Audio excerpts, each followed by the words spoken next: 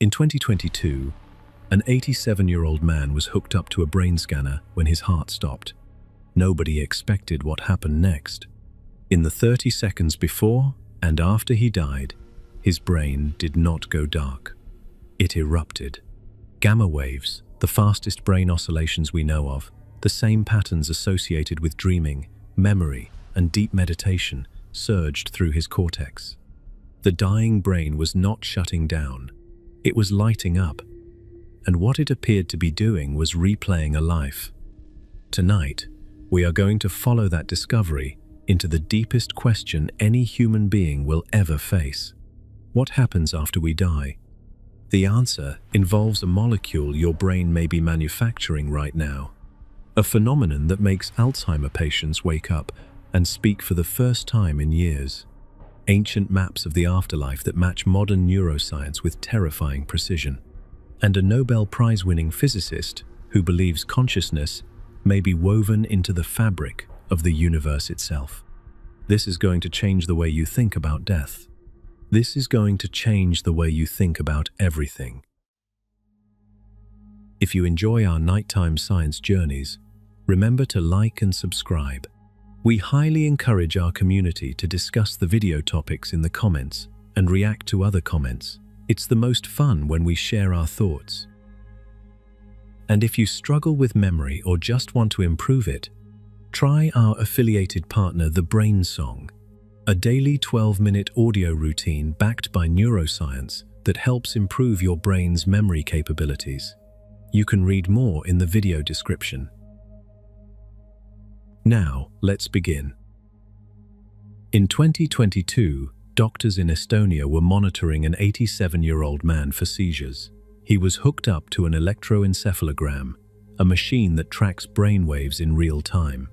They were not studying death, they were studying epilepsy.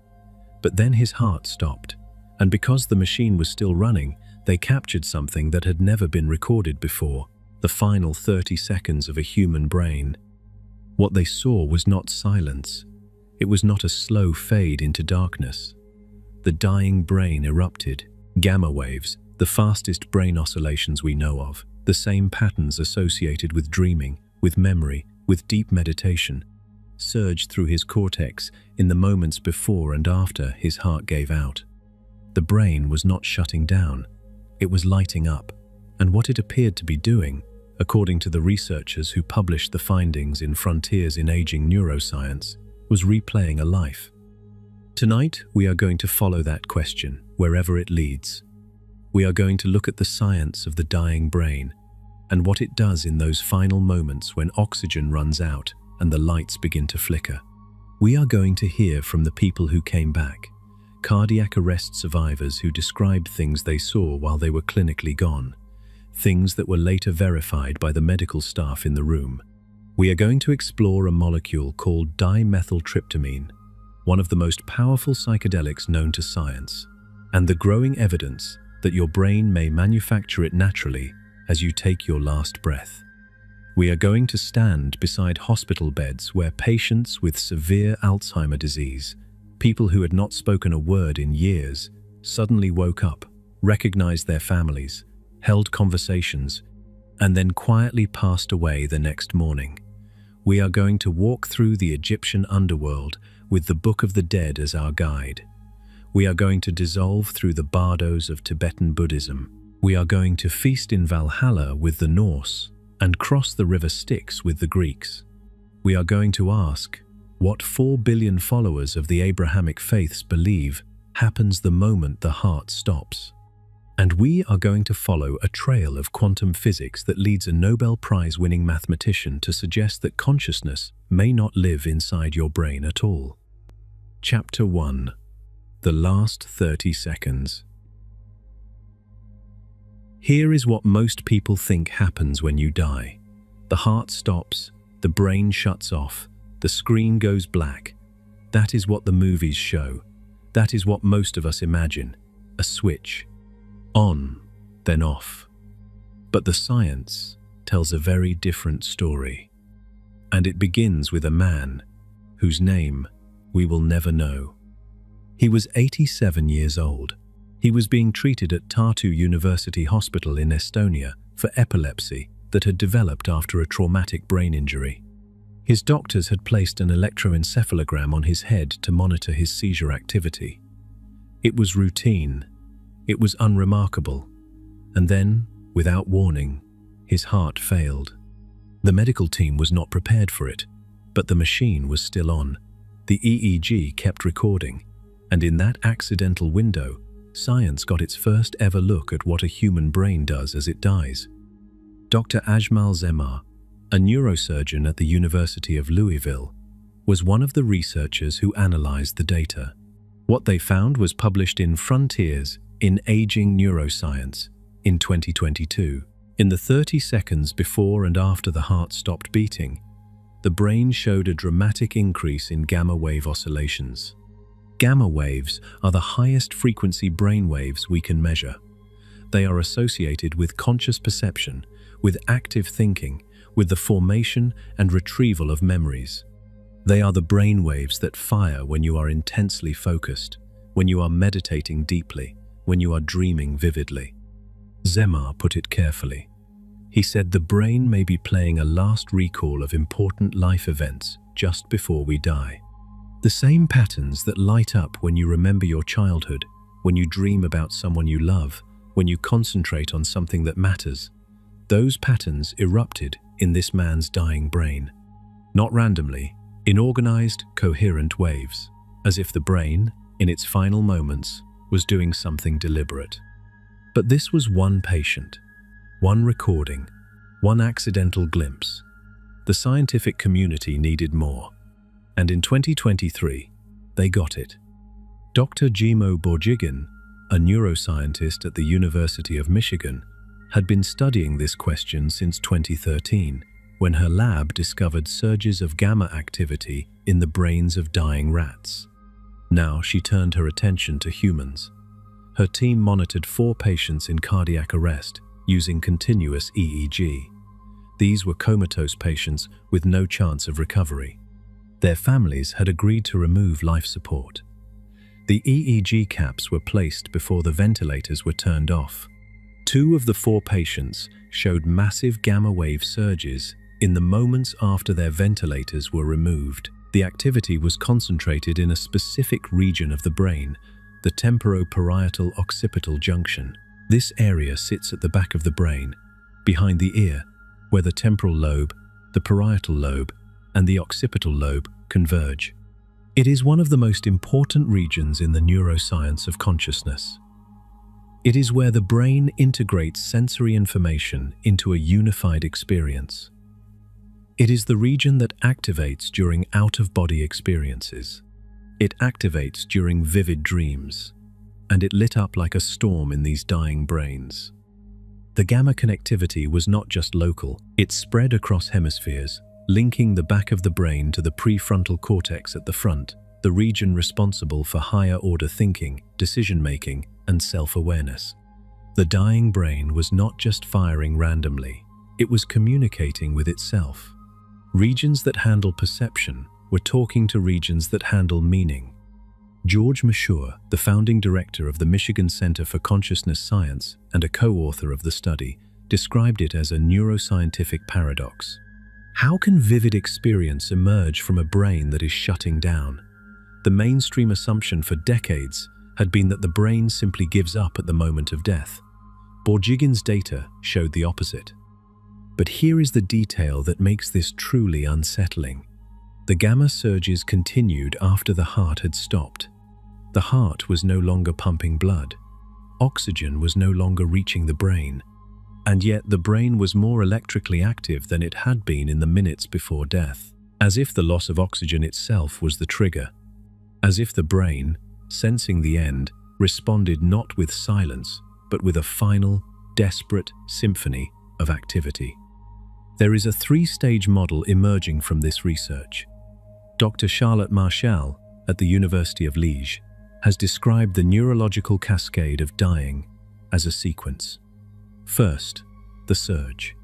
A heightened burst of activity as the brain responds to oxygen deprivation. This may be an instinctual survival attempt, a last effort by the brain to stay alive. Second, a slow wave, a period of lower frequency brainwave activity. And third, the flat line. EEG goes silent. But the flat line on the heart monitor, the one you see in hospital dramas, that is not brain death. Real brain death may occur minutes later, possibly longer. Dr. Sam Parnia, one of the world's leading researchers on death and resuscitation at NYU Langone Health, has argued that the process of dying is reversible for far longer than we ever assumed. His research suggests that meaningful brain activity may persist up to an hour after the heart stops, possibly even longer. Think about what that means. The moment we pronounce someone gone, their brain may still be active, still processing, still, in some sense, experiencing something. We cannot ask this 87-year-old man what he saw. We cannot ask those 4 patients in Michigan what they experienced. They are gone. The data is all we have. But the data is extraordinary. It tells us that the dying brain does not go gently. It fights, it surges, it activates the very regions associated with consciousness, with memory, with the experience of being alive. And it does this at the exact moment when, according to everything we thought we knew, it should be doing nothing at all. If the brain is this active during death, then what is it experiencing? Is it replaying a life? Is it generating one final dream? Is it opening a door that we, the living, cannot see? Some people have come back from the other side of that door, and what they describe is remarkably consistent across cultures, across continents, across centuries. That is where we go next. Chapter 2. The people who came back. In 2014, a study was published in the journal Resuscitation that represented the largest scientific investigation of death ever conducted. It was called the AWARE study, which stands for Awareness During Resuscitation. It was led by Dr. Sam Parnia, then at Stony Brook University, and it spanned 15 hospitals across the United Kingdom, the United States, and Austria. Over 4 years, the research team tracked 2,060 patients who suffered cardiac arrest. Their hearts stopped. They were clinically gone, and then some of them came back. Of the survivors who could be interviewed, 39% described a perception of awareness during the period when they were clinically dead. Not vague sensations, not confused fragments. Structured, meaningful experiences that many described as more real than waking life. One patient in particular caught the attention of the research team. He was a 57-year-old man who had suffered cardiac arrest in a hospital in the United Kingdom. His heart stopped for 3 minutes. During those 3 minutes, he had no heartbeat. No blood was circulating. According to standard neuroscience, his brain should have ceased functioning within 20 to 30 seconds of the heart stopping. And yet when he was resuscitated, he described the events that had taken place in the room during those 3 minutes. He described the actions of the medical staff. He described the sounds of the machines. He described specific details that were later verified by the nurses and doctors who had been working on him. This is paradoxical. The brain typically ceases functioning within 20 to 30 seconds of the heart stopping. The man was accurate about events that occurred over a 3-minute window of clinical death. Either the brain was somehow still processing information without blood flow, or something else was going on. The AWARE team did not claim to know which. They simply reported the data. Then came AWARE 2. Published in 2023 in the same journal, this follow-up study was even more ambitious. 25 hospitals, 567 cardiac arrest patients. And for the first time, 85 of those patients were monitored with continuous EEG during cardiopulmonary resuscitation. The researchers were not just interviewing survivors after the fact.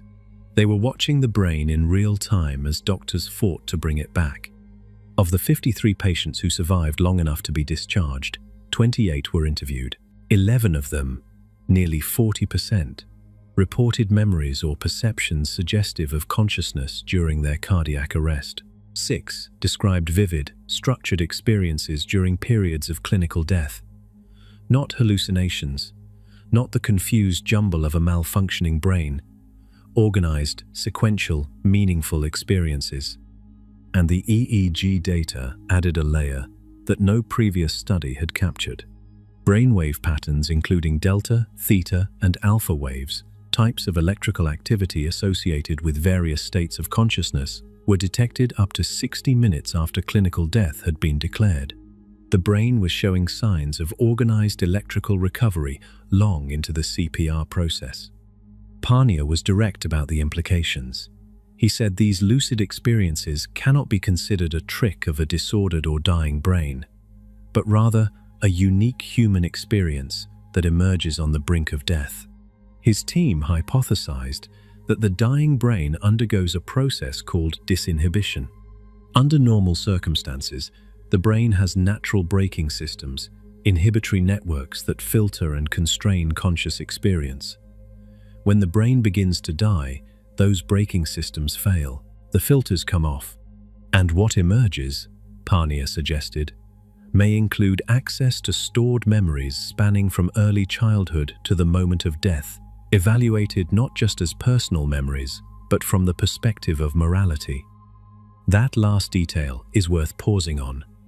Multiple survivors across both AWARE studies described not just remembering their lives, but reliving them, and not just reliving them from their own perspective. They described experiencing the emotional impact of their actions on other people, feeling what others felt, seeing their own lives through the eyes of everyone they had affected. This is one of the most consistently reported features of the near-death experience across all research, not just the AWARE studies. It is called the Panoramic Life Review, and it appears in testimonies from around the world. The near-death experience has been studied for decades, long before Parnia's work, and across thousands of accounts, from cardiac arrest survivors, from drowning victims, from people who came within moments of death, from illness or injury, a set of remarkably consistent themes emerges. Separation from the body. Survivors describe floating above themselves, looking down at their own body and at the medical team working on them. Many describe a sense of calm detachment, watching the scene below without pain or fear, a tunnel or passage of light. Many describe moving through a dark space toward an overwhelming brightness. The light is not described as blinding or harsh. It is described as warm, welcoming, and profoundly loving. Encounters with others. Survivors frequently describe meeting deceased relatives, friends, or figures they interpret as spiritual beings. These encounters are described as deeply real, not dreamlike. The Life Review. A panoramic replay of the person's entire life, experienced not sequentially, but simultaneously, with full emotional weight. Many describe feeling the impact of their kindness and their cruelty on others. A boundary, a border, a line, a river, a gate, beyond which there is no return. Survivors describe reaching this point and being told or sensing that they must go back, that it is not their time, and an overwhelming sense of peace. Almost universally, survivors describe a feeling of love and acceptance so profound that many resist returning to their bodies. Many say it was the most real experience of their lives. The skeptical explanation is straightforward. The brain is dying. It is starved of oxygen. It is flooding with neurochemicals. And in its final distress, it generates a hallucination, a vivid, comforting hallucination designed by evolution to ease the process of death. The tunnel of light is simply the visual cortex misfiring as blood flow drops. The sense of peace is a surge of endorphins. The Life Review is random memory activation. The encounters with the dead are wish fulfillment. This explanation is plausible. Parts of it are almost certainly correct. The dying brain is a neurochemical storm, and some of what people experience during near death is likely the product of that storm. But the skeptical explanation has a problem. it cannot easily account for the verified perceptions. The 57-year-old man in Aware, one who accurately described 3 minutes of events during cardiac arrest, the patients across multiple studies who reported specific details, the position of medical instruments, the words spoken by staff, the actions taken during resuscitation, details that were later confirmed by the people in the room. If these experiences were purely internal hallucinations generated by a dying brain, how did the brain acquire accurate information about external events that occurred while it was flatlined? Is less than #0, 4# is greater than? Parnia's team was cautious. They wrote that research to date has neither proved nor disproved the reality or meaning of patients' experiences and claims of awareness in relation to death. They did not claim that near-death experiences prove the existence of an afterlife. They did not claim that consciousness survives bodily death. They simply said, the data is real, the experiences are real, and the conventional explanations do not fully account for what is being observed. But there is one substance that might bridge the gap between neuroscience and the visions that dying people describe. A molecule so powerful that a single dose can dissolve your sense of self entirely. A molecule that produces experiences almost identical to what near-death survivors report. A molecule that, according to a landmark 2019 study, your brain is already making. It is called dimethyltryptamine, and it may be the key to understanding what happens in the final moments of life. Chapter 3. The Spirit Molecule. In 1990, a clinical psychiatrist named Rick Strassman at the University of New Mexico received something that no researcher in the United States had been granted in over 20 years: federal approval to give a powerful psychedelic drug to human volunteers. The drug was dimethyltryptamine, DMT, and what his subjects reported over the next 5 years would reshape the conversation about consciousness, death, and the boundary between science and the sacred. DMT is not a new discovery. Indigenous peoples of the Amazon basin have used it for centuries in the form of ayahuasca, a brewed drink made from plants containing DMT, combined with a monoamine oxidase inhibitor that allows the molecule to survive digestion and reach the brain. In its pure form, when injected intravenously, DMT acts within seconds. The experience lasts roughly 15 to 20 minutes. And within those minutes, volunteers in Strassman's studies described things that sounded less like a drug trip and more like a journey to another dimension. They described the complete dissolution of their sense of self. They described moving through tunnels of light at impossible speed. They described encountering beings, entities, presences that felt more real than the waking world. They described overwhelming feelings of love, of knowledge, of unity with something vast and incomprehensible. Some described being shown their entire lives. Some described being told that death was not the end. Some described landscapes of impossible beauty. And when the drug wore off, many of them wept. Not from fear, from grief at having to come back. Strassman published his findings in 2000 in a book called DMT, the Spirit Molecule. In it, he proposed a radical hypothesis. He suggested that the pineal gland, a tiny structure deep in the center of the brain that the philosopher René Descartes once called the seat of the soul, might produce and release DMT at 3 critical moments: at birth, during dreaming, and at the moment of death. He proposed that DMT was not just a recreational drug. It was a biological mechanism for spiritual experience, a chemical bridge between the physical brain and whatever lies beyond it. The idea captured the imagination of millions.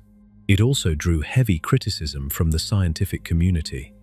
The pineal gland is small, roughly the size of a grain of rice, weighing less than 0.2 of a gram. Its primary known function is producing melatonin, a hormone that regulates the sleep cycle. The idea that this tiny organ could produce enough DMT to generate a full psychedelic experience at the moment of death seemed, to many scientists, far-fetched.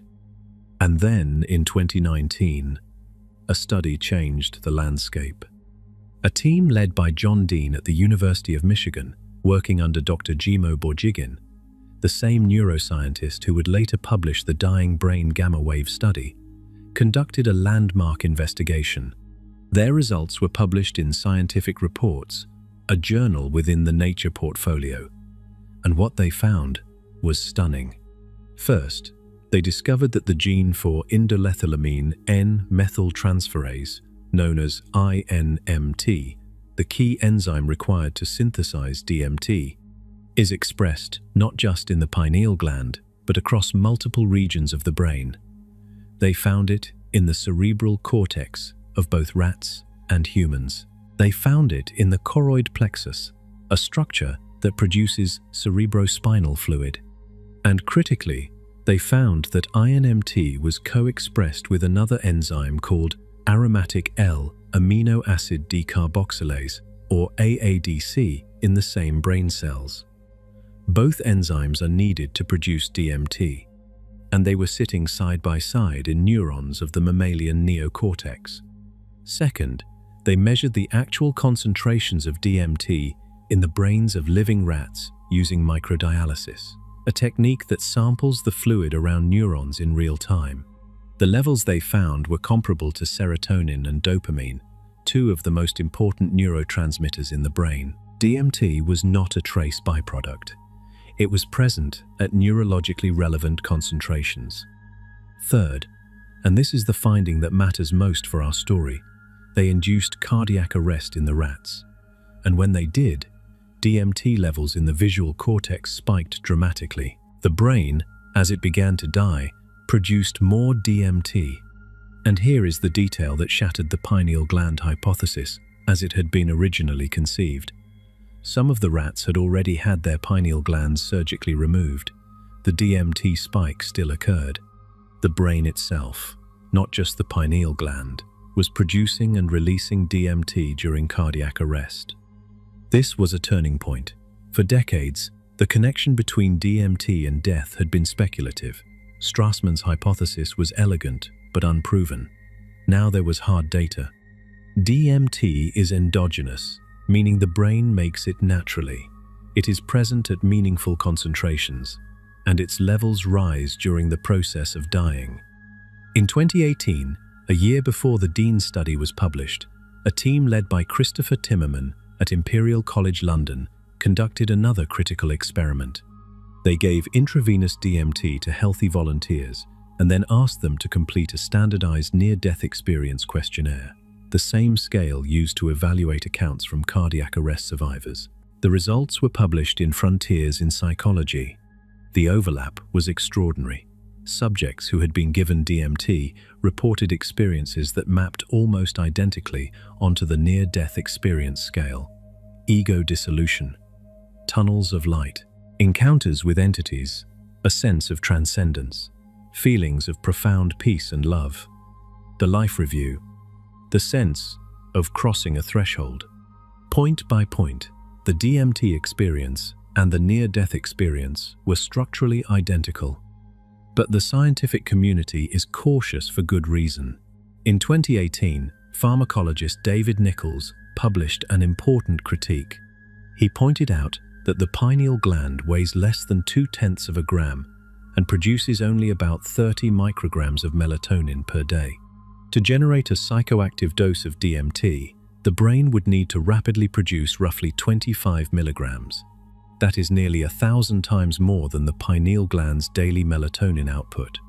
Furthermore, DMT is rapidly broken down by an enzyme called monoamine oxidase.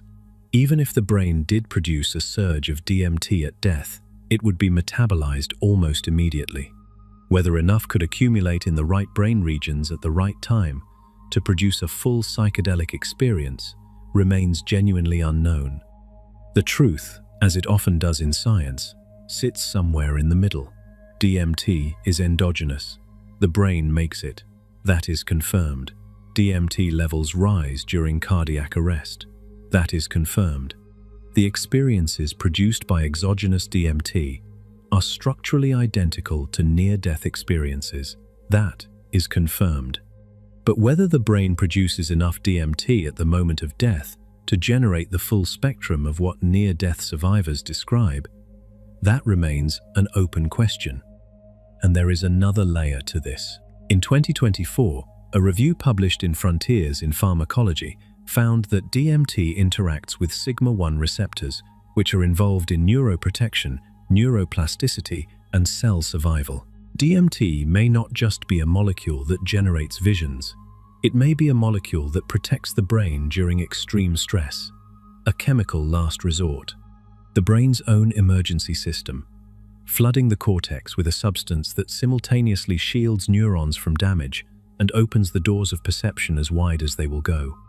If that is true, then the dying brain is not hallucinating. It is not malfunctioning. It is doing exactly what it was designed to do, releasing a substance that protects it while simultaneously generating an experience so vivid, so structured, so unlike ordinary consciousness that the people who have it come back permanently changed. Whether that experience is a window into something real or a beautiful chemical farewell, the science cannot yet say. But the brain's own chemistry is telling us something. It is telling us that death is not a passive event. It is an active process, and the brain has been preparing for it all along. But before we go deeper into the mysteries of consciousness and what might survive beyond the body, we need to look at something that most people would rather not think about. Something that challenges every vision of transcendence with the blunt reality of biology. A phenomenon so strange and so unexplained that it has shaken the confidence of neuroscientists who thought they understood how the brain works. People with Alzheimer's disease, people who have not spoken in years, who do not recognize their own children, suddenly waking up and becoming themselves again. Lucid, clear, present, and then dying. It is called terminal lucidity, and it should be impossible. Chapter 4. The Impossible Awakening. A woman in her 90s had been living with Alzheimer's disease for 9 years. She had not recognized her son in years. She could not tell you where she was. She could not tell you how old she was. She could not form a complete sentence. And then, 24 hours before she died, she woke up. She recognized her family. She knew their names. She knew her own age. She knew the name of the facility she was in. She held a conversation. She was present in a way she had not been in nearly a decade. And then the next morning, she was gone. This is not a fairy tale. This is a documented case cited in the medical literature, and it is not unique. It is one of hundreds, possibly thousands of similar accounts that have been reported by families and healthcare workers around the world. The phenomenon is called terminal lucidity, and it represents one of the most baffling mysteries in modern neuroscience. Terminal lucidity refers to the sudden, unexpected return of mental clarity in patients with severe, irreversible brain disease, most often occurring hours to days before death. Patients with end-stage Alzheimer's disease who have been non-verbal for months or years suddenly speak. They recognize family members they have not responded to in years. They recall memories that should have been destroyed along with the neural pathways that stored them. They express love. They say goodbye, and then they die. The term terminal lucidity was coined in 2009 by biologist Michael Nahm and psychiatrist Bruce Greyson. Since then, a growing body of research has confirmed that the phenomenon is not rare. A 2021 study by Alexander Bathiani and Bruce Greyson found that in only 6% of paradoxical lucidity cases did the person survive more than a week. This is primarily a death-related phenomenon. It is as if the brain, in its final hours, performs one last act of restoration. Surveys of healthcare professionals paint a striking picture. In one study, 73% of palliative care workers reported witnessing at least one episode of terminal lucidity in their careers. In a 2025 prospective study, led by Sam Parnia's team at NYU Langone Health, researchers tracked over 1,500 patients with moderate to severe dementia. Of the 151 who were enrolled, 61.6% experienced at least one lucid episode. The researchers documented 267 distinct lucid events. These included appropriate orientation to their surroundings, return of old memories, return of functional abilities like walking or playing an instrument, and meaningful nonverbal communication. A 2024 study published in The Gerontologist by Jason Karlawish and colleagues at the University of Pennsylvania conducted in-depth interviews with 30 family caregivers of people with severe dementia. 25 of the 30 described a total of 34 lucid episodes. The episodes were often brief, sometimes lasting only seconds. A single word, a gesture, a facial expression that gave the caregiver a sudden, unmistakable sense that the person inside was still there. One caregiver described a man with severe dementia who had been completely nonverbal for months.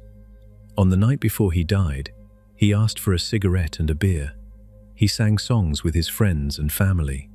He talked and laughed with them for nearly 45 minutes. Then he went to bed. The next morning, he was dead. Here is why this matters, and here is why it terrifies neuroscientists. The prevailing model of consciousness in neuroscience is straightforward.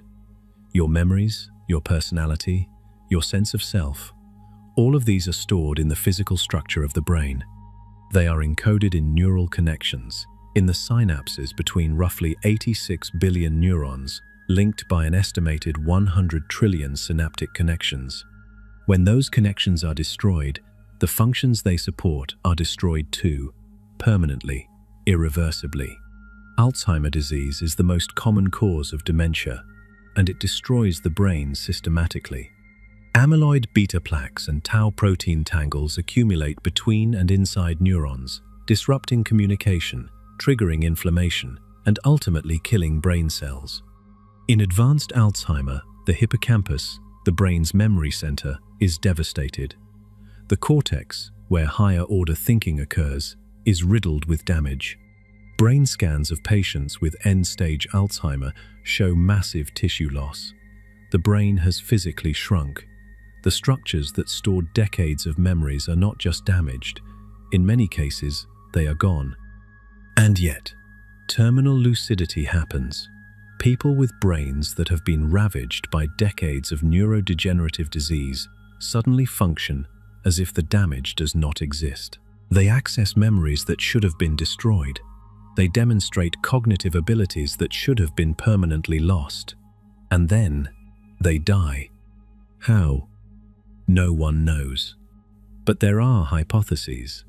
One proposal suggests the spontaneous formation of neural bypasses. Even in severely damaged brains, there may be dormant circuits, silent synapses that can temporarily route around the destroyed pathways and restore connectivity at a network level. Recent research has revealed that the adult cortex contains far more silent synapses than previously believed, by an order of magnitude. These unused connections might, under the right conditions, light up like detour routes on a broken highway. Another hypothesis connects terminal lucidity to the same brain processes we discussed in Chapter 1. If the dying brain undergoes disinhibition, removing its natural braking systems, it is possible that this same mechanism could temporarily restore access to memories and cognitive functions that had been suppressed but not fully destroyed by Alzheimer pathology. The disease may lock the door. The dying process may briefly blow it open. A 2024 perspective published in Molecular Neurodegeneration pointed to an intriguing possibility. Using a specialized brain imaging technique called cyclic azopeptide oligomer-positron emission tomography, researchers discovered that the toxic amyloid beta oligomers in Alzheimer's disease do not accumulate steadily. They fluctuate. Sometimes they clear specific brain regions temporarily, creating windows where those regions might function more normally. At certain moments, the parietal cortex might be relatively clear, while other regions are clouded. Then the pattern shifts. This fluctuation could explain brief, spontaneous episodes of clarity. And here is where the story circles back to DMT. The same 2024 perspective noted that microdosing dimethyltryptamine has been shown in animal models to promote neuroplasticity and potentially reopen the brain's critical learning windows. Through its interaction with sigma-1 receptors and intracellular serotonin 2A receptors, DMT may have the ability to stimulate the formation of new neural connections, even in damaged tissue. If the dying brain releases a surge of endogenous DMT, as the 2019 Dean study showed in rats, could that surge temporarily restore connectivity in a brain devastated by Alzheimer? It is speculative, it is unproven, but the pieces fit together in a way that demands attention. The dying brain surges with gamma activity. The dying brain releases DMT. And the dying brain sometimes restores cognitive function in people who should have none left. The National Institutes of Health have taken notice. Sam Parnia at NYU Langone Health has received a 5-year grant funded by the National Institute on Aging to conduct the first prospective study of paradoxical lucidity in approximately 500 terminally ill dementia patients. Each patient will be connected to in-home video EEG devices to capture brain activity before, during, and after any lucid episodes. The goal is to determine whether lucidity episodes correlate with specific electrocortical biomarkers, measurable brain signatures that could not only explain terminal lucidity, but potentially be used as therapeutic targets for dementia treatment. Think about what that means. If terminal lucidity can be understood mechanistically, if we can identify what the brain does to temporarily restore itself, we might be able to trigger that process deliberately. We might be able to give people with severe dementia back their minds, even briefly. We might be able to let them say goodbye. But there is a deeper question here, one that goes beyond medicine. If a brain ravaged by decades of disease can suddenly function perfectly minutes before death, what does that tell us about where consciousness actually resides? Is it entirely in the neurons? Is it a product of the physical structure of the brain? Or is the brain something more like a receiver, a device that tunes into consciousness the way a radio tunes into a signal? A device that can be damaged and broken and still, in its final moments, pick up the broadcast one last time. We are not ready to answer that question yet, but we are getting closer. And to continue this journey, we need to leave the hospital room and enter a different kind of territory. We need to talk about what happens to the body itself after the last breath. Because the physical reality of death is not poetic. It is not mystical. It is biology at its most honest. And understanding it changes the way you think about everything that comes after. Chapter 5. What the body does without you.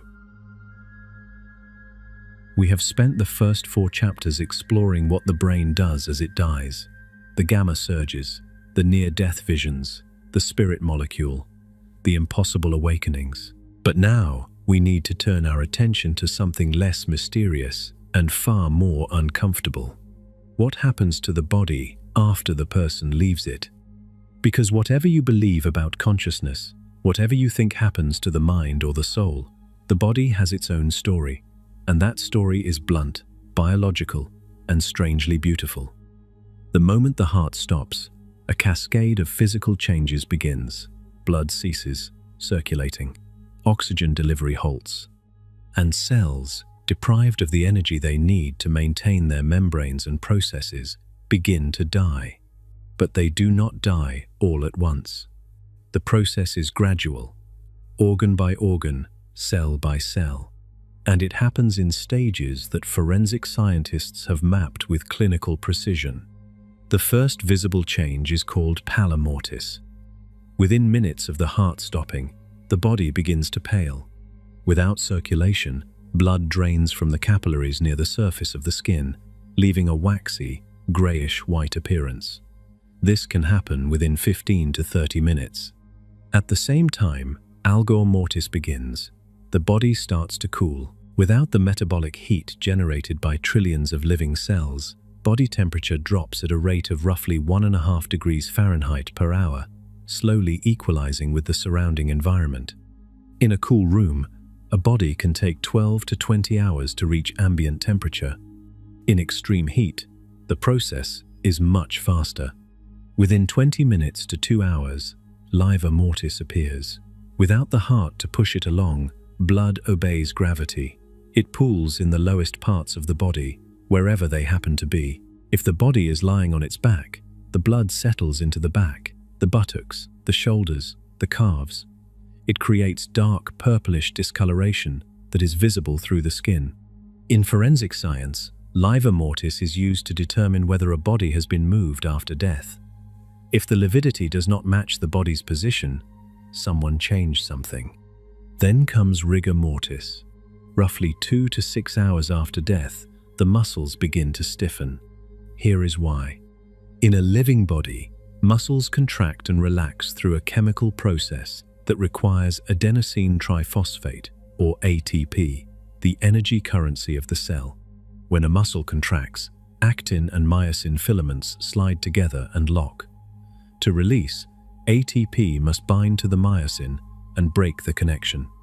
Without ATP, the connection cannot break. The muscles lock in place. Rigor mortis begins in the small muscles first, the eyelids, the jaw, the neck. It progresses downward through the body over roughly 12 hours until every muscle is stiff.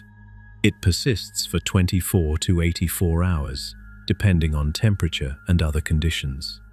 Eventually, as cellular decomposition progresses, the bonds break down and the body relaxes again. But even at this stage, not all the cells are dead. Some cells can survive hours after the heart stops. White blood cells in a corpse have been found alive for days. Skin cells can be cultured from cadavers up to 24 hours after death. The boundary between life and death is not a sharp line. It is a gradient.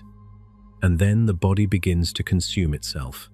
Without oxygen, cells become acidic. Their membranes rupture, and the enzymes that were once contained inside those cells, enzymes whose job it was to break down food and waste, spill out into the surrounding tissue and begin to digest whatever they touch. This process is called autolysis, self-digestion.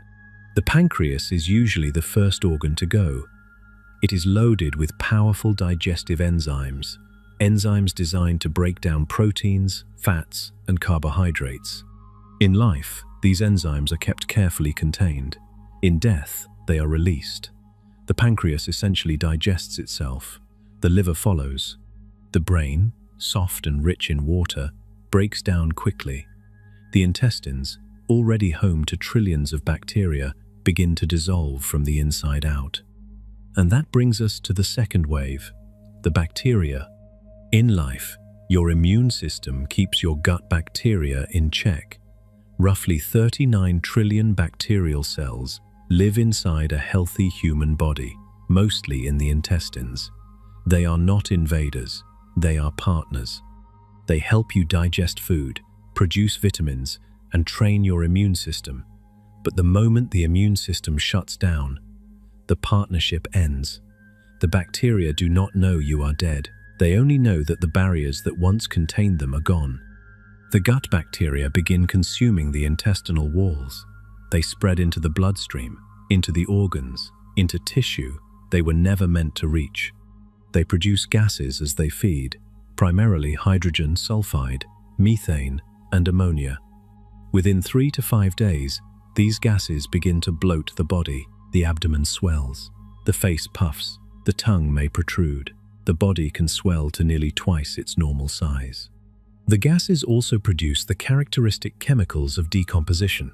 Putrescine and cadaverine, two molecules with names that tell you everything you need to know, are released in increasing quantities. A dark, foul-smelling fluid called purge fluid, a mixture of liquefied tissue, bacteria, and gas, is forced from the nose and mouth. Meanwhile, the outside world has found the body. Blowflies can detect the chemical signature of death from miles away. They arrive within hours, sometimes within minutes, landing on the body and laying eggs in the natural openings. the eyes, the nose, the mouth, any wound.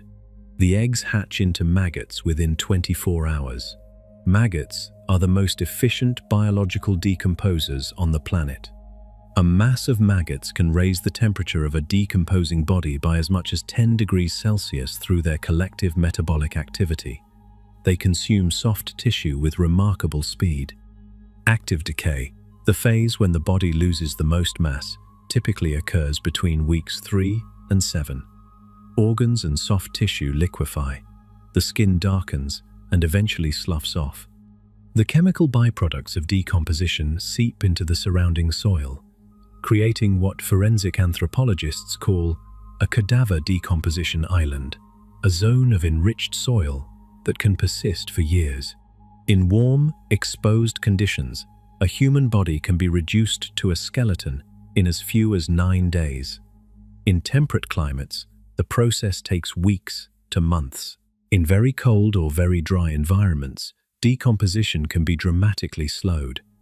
Mummification, either natural or deliberate, can preserve a body for thousands of years, but under normal conditions, the soft tissue is gone within months. Bones last longer. Protected by their mineral structure, bones can survive for centuries under the right conditions. But even bones are not permanent. Over thousands of years, they too are broken down by water, soil, chemistry, and microbial activity.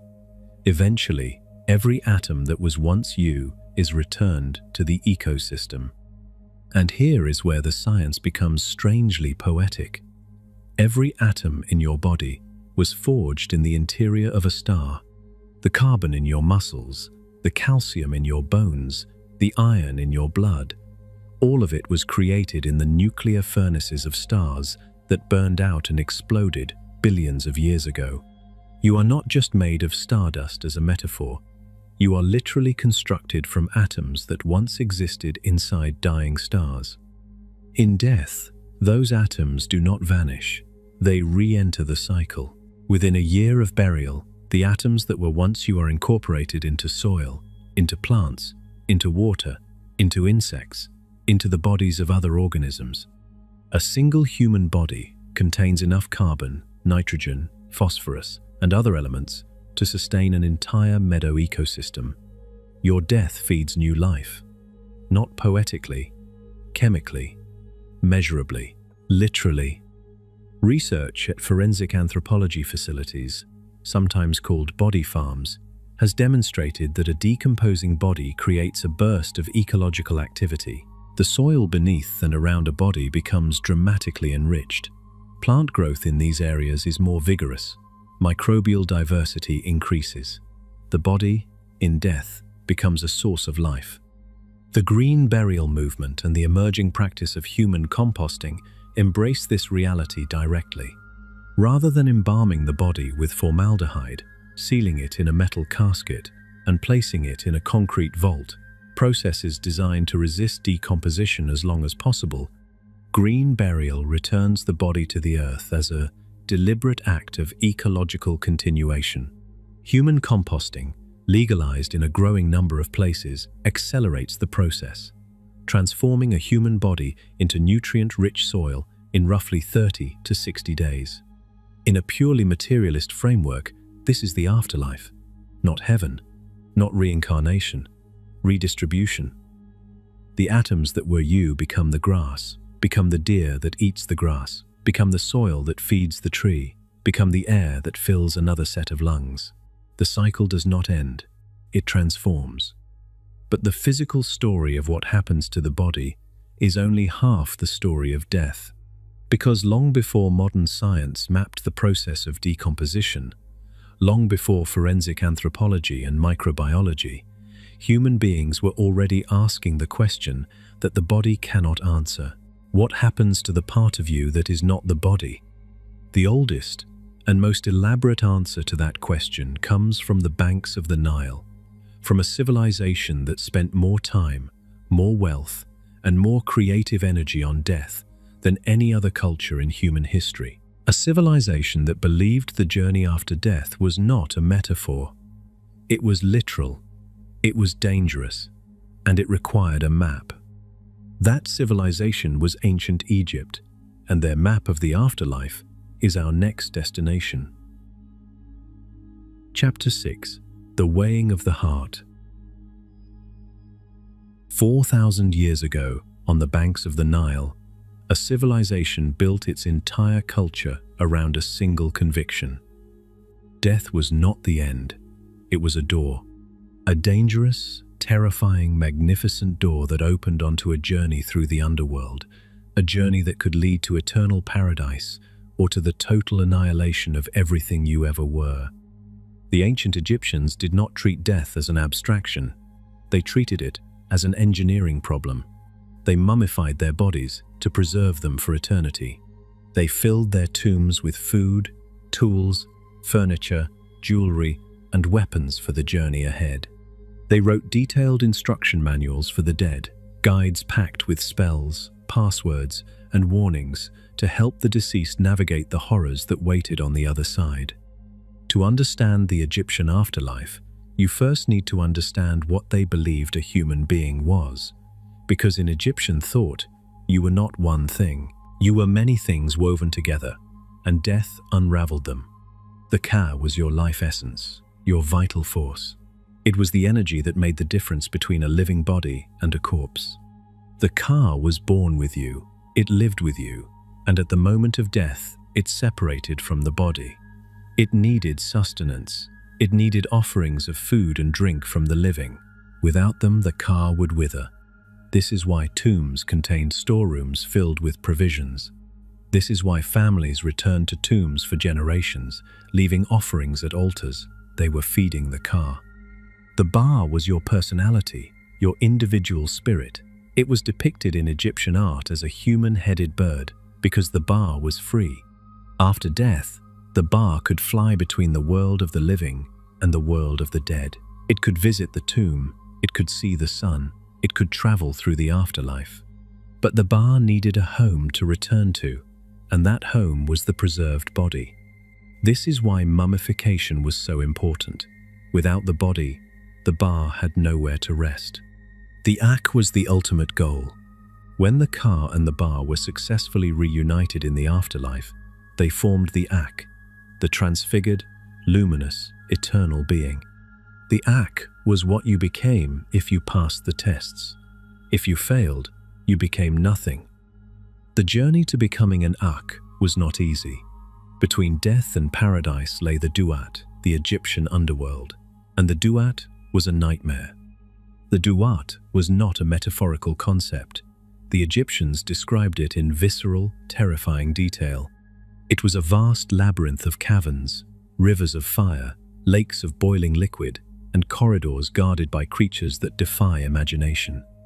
5-headed reptiles, serpents that breathed flame, gatekeepers with knives, demons with the heads of jackals and the bodies of serpents. At every gate, at every passage, at every turn, the dead faced a challenge, and the only way through was knowledge. To pass each gate, you had to speak the correct name of the guardian. You had to recite the correct spell. You had to answer questions truthfully. If you did not know the name, if you could not recite the spell, the guardian would destroy you. Your Ba would be devoured. Your Ka would dissolve. Your name would be erased from existence. And, in Egyptian thought, to have your name erased was the worst fate imaginable. It meant you had never existed at all. This is why the Egyptians developed what we call the Book of the Dead. Its original name was the Chapters of Going Forth by Day. It was not a single book. It was a collection of roughly 192 known spells, hymns, instructions, and incantations written on papyrus scrolls and placed inside the coffin or wrapped within the mummy's bandages. No single copy contained all the spells.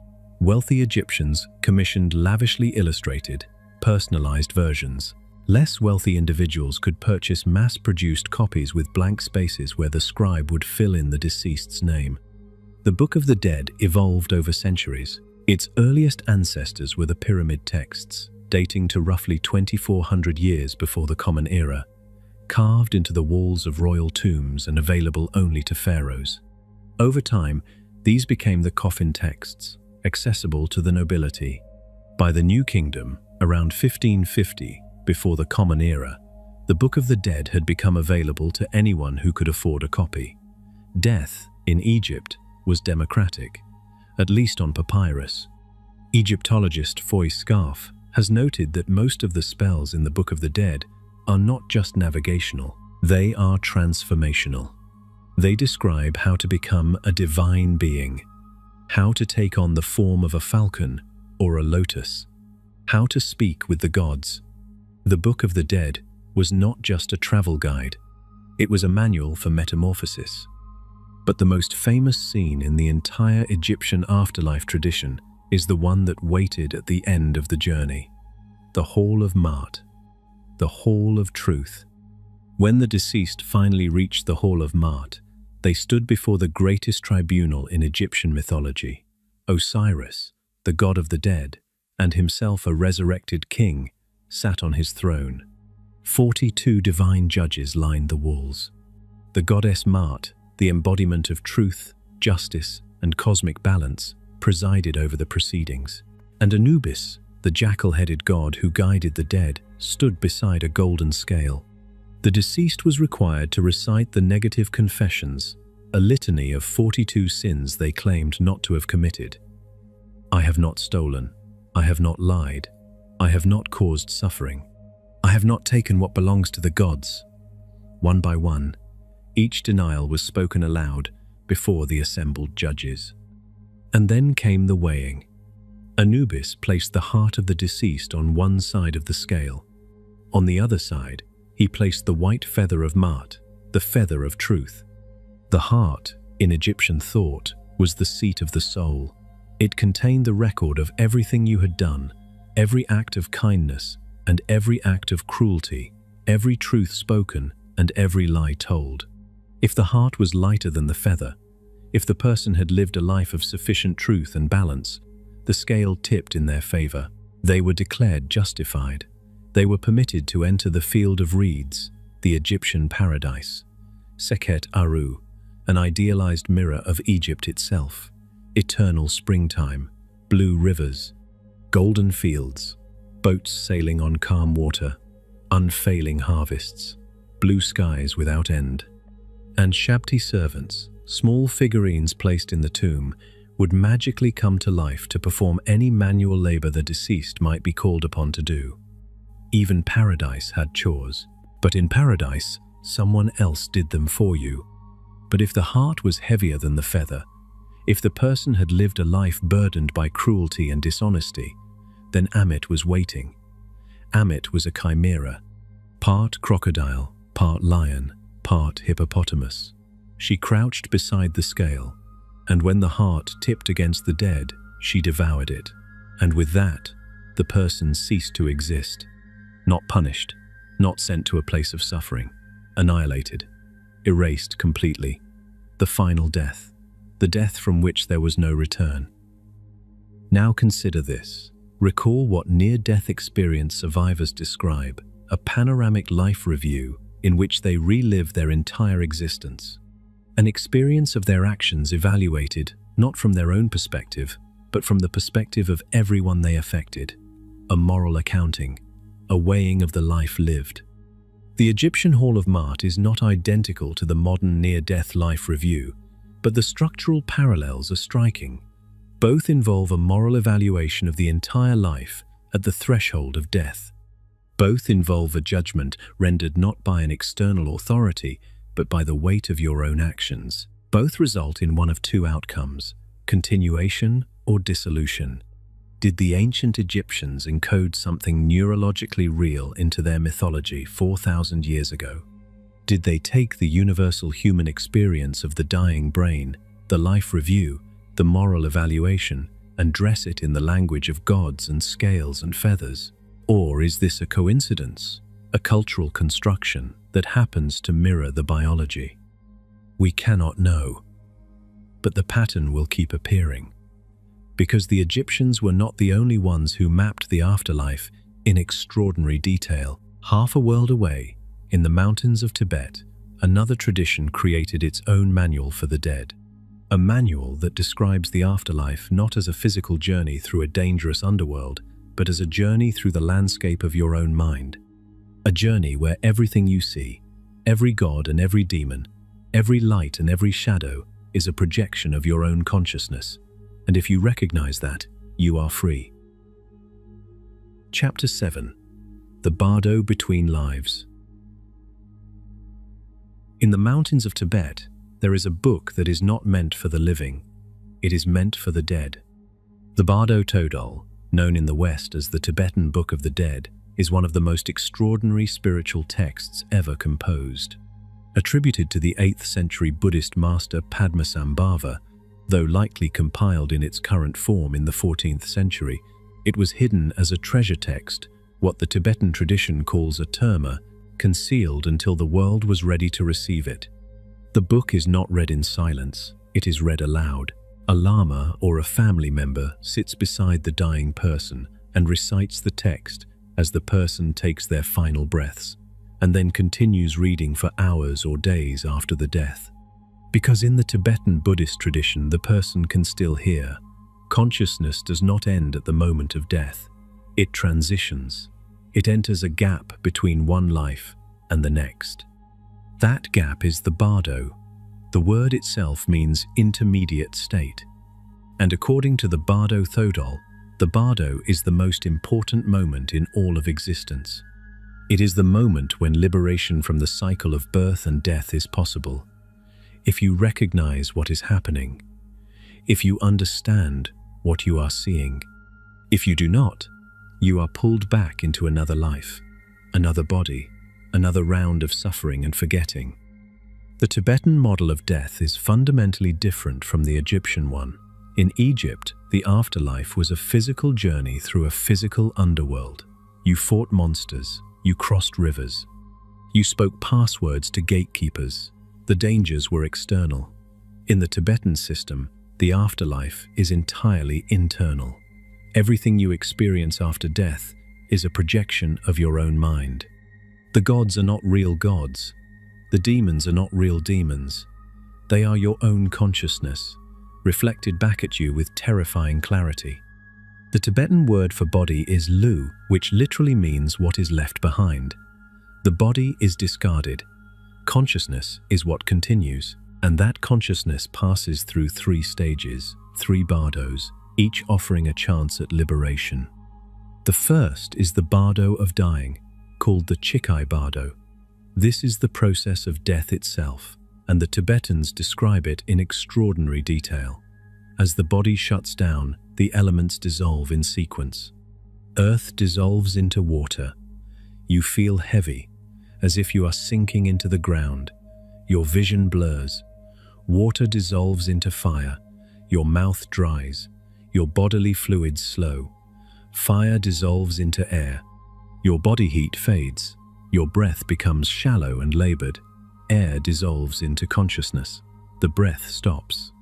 And then, at the exact moment of final dissolution, something happens that the Tibetan tradition considers the most significant event in any life.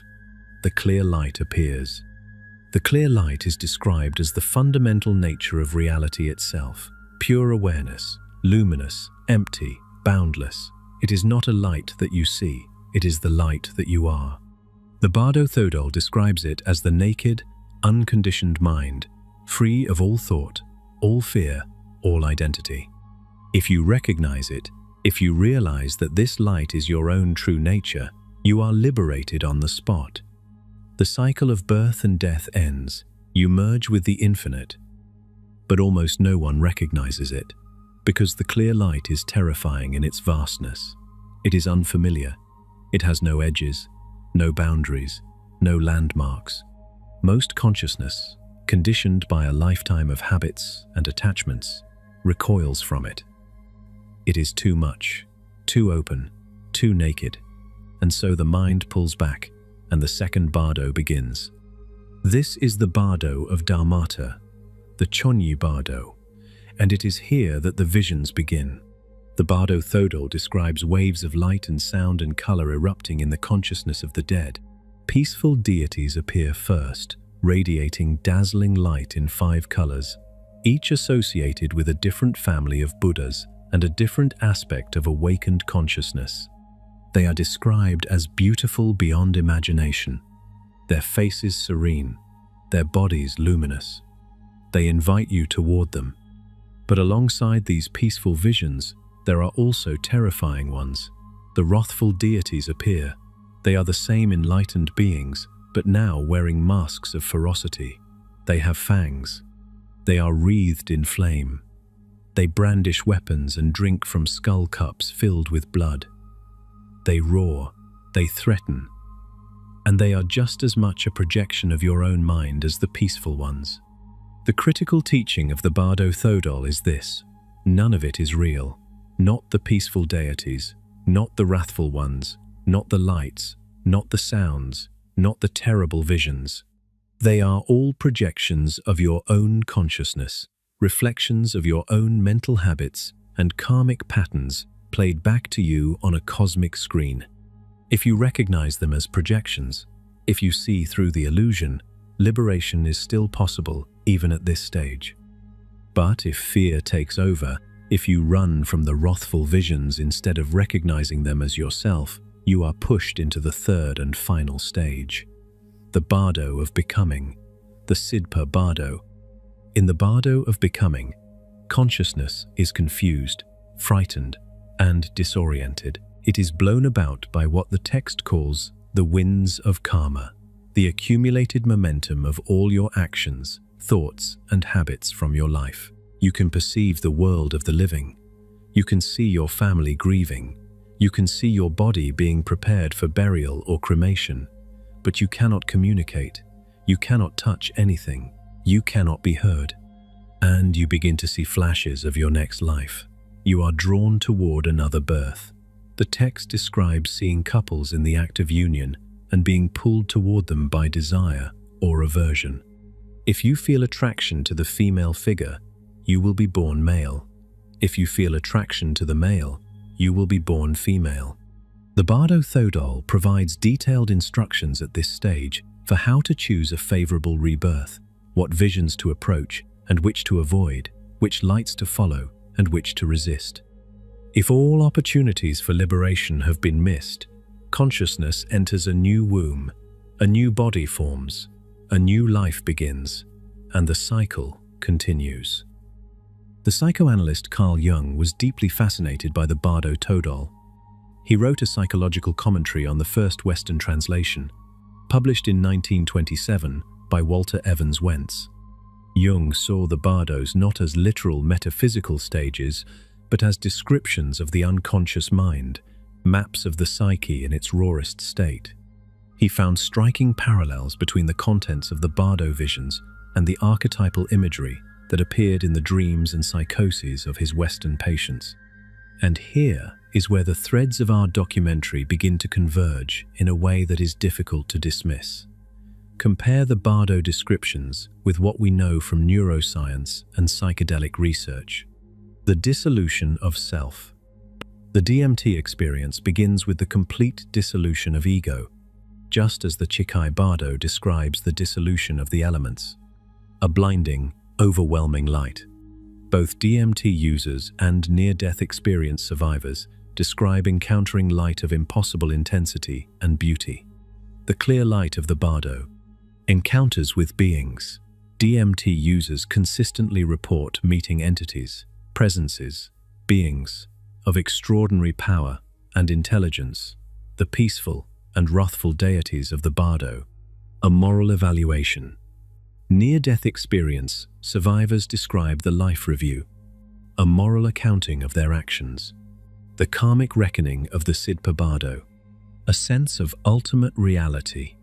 Across all these experiences, people report a feeling that what they are seeing is more real than the waking world. Not less real, more. The scholar Houston Smith wrote that everything we experience in the Bardos is a reflection of our own mental machinations.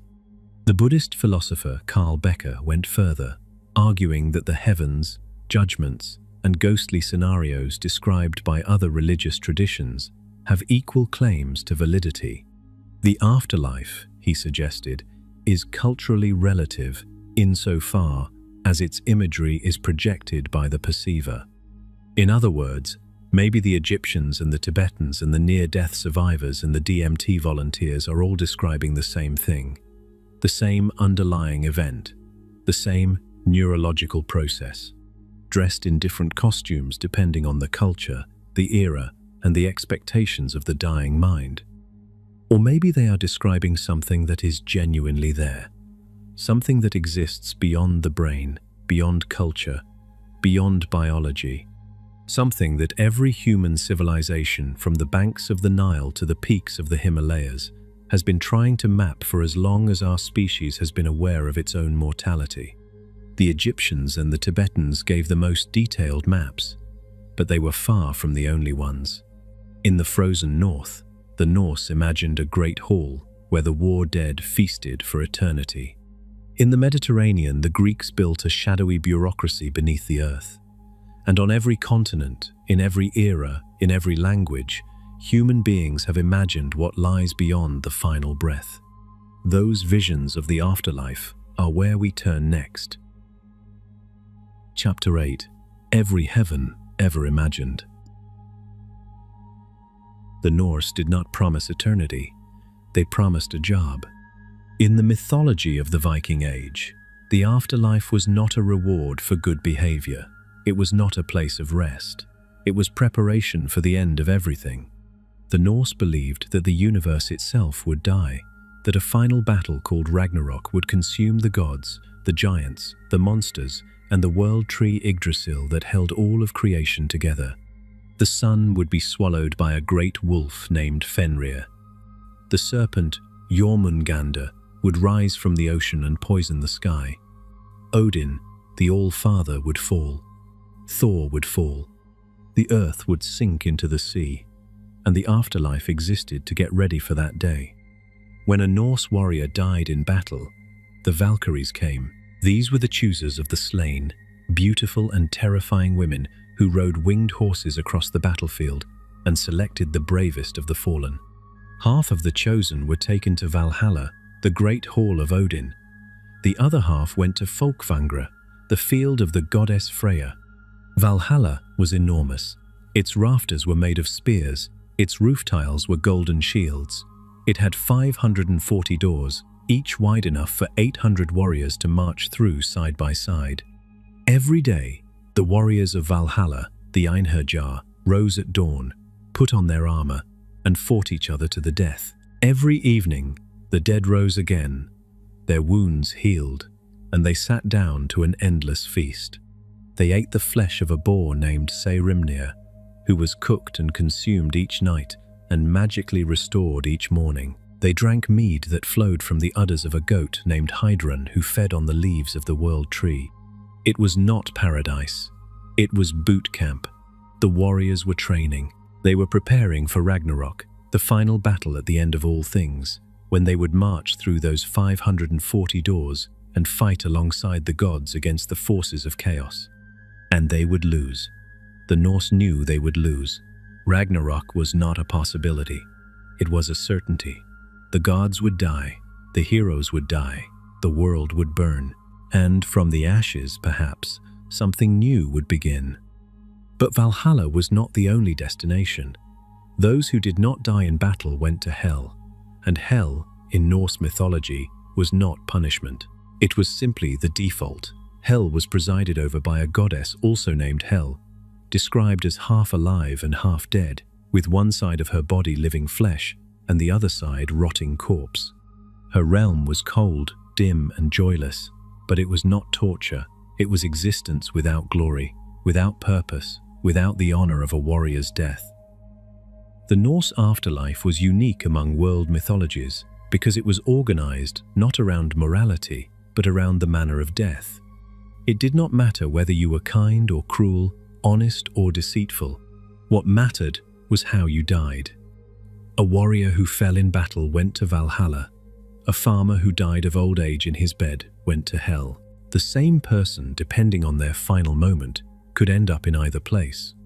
Viking funeral practices reflected this worldview, Ship burials placed the dead in vessels stocked with weapons, food, animals, and sometimes sacrificed servants, provisions for the journey and the battle to come. Cremation released the spirit from the body. The flames were not destruction. They were transportation. Now, travel south. Cross the Alps. Follow the Mediterranean coastline to the world of ancient Greece, where death was imagined very differently. The Greek underworld was not a battlefield, it was a bureaucracy. When a Greek died, the soul descended beneath the earth to the realm of Hades, a god so feared that the Greeks rarely spoke his name. The border between the living and the dead was a river, the Styx, and to cross it you needed a ferryman. His name was Charon. He was old, he was grim, and he required payment. A coin, an obol, was placed in the mouth or on the eyes of the dead before burial. Without the coin, you could not cross. You would wander the near shore of the Styx for eternity, unable to enter the underworld and unable to return to the living. Once across, the soul was judged. 3 judges, Minos, Rhadamanthys, and Aeacus, evaluated the life of the dead and assigned them to one of 3 destinations. Elysium, the Elysian fields, was paradise. Reserved for heroes, the virtuous, and those favored by the gods, Elysium was a land of eternal sunlight, gentle breezes, and effortless joy. It was rare, few qualified. The asphodel meadows were the default destination, the Greek equivalent of hell. This was where ordinary souls went, people who were neither great nor terrible. The asphodel meadows were grey, quiet, and endlessly monotonous. Not suffering, not joy, just existence, a faded echo of life. And Tartarus was the pit, reserved for the truly wicked and for those who had personally offended the gods. Tartarus was a place of eternal punishment. Sisyphus pushed his boulder up the hill forever, watching it roll back down each time he neared the summit. Tantalus stood in a pool of water beneath branches heavy with fruit, but the water receded when he bent to drink, and the fruit pulled away when he reached for it. Eternal proximity to what you desire, eternal denial. Unlike the Norse system, the Greek afterlife was morally structured. Your destination was determined by how you lived, not how you died. But, like the Norse system, it was permanent. There was no redemption in Hades, no second chance. Death was a one-way door. The Greeks embedded death into the cycle of nature through their myths. Persephone, the daughter of Demeter, was abducted by Hades and taken to the underworld. Demeter's grief caused the earth to become barren. A compromise was reached. Persephone would spend part of the year in the underworld and part on the surface. When she descended, winter came. When she returned, spring, death and renewal, descent and return. The oldest story in the world. Orpheus, the greatest musician who ever lived, descended into the underworld to retrieve his dead wife, Eurydice. His music charmed Hades and Persephone, and they agreed to release her on one condition. Orpheus must walk ahead and not look back until they reached the surface. He almost made it. At the last moment, overcome by doubt, he turned, and Eurydice was pulled back into the darkness forever. The myth of Orpheus is a story about the impossibility of reversing death, about the human desire to bring back what is lost, and about the terrible price of doubt at the threshold. These 2 traditions, the Norse and the Greek, are among the most well-documented afterlife mythologies in the Western world, but they are far from the only ones.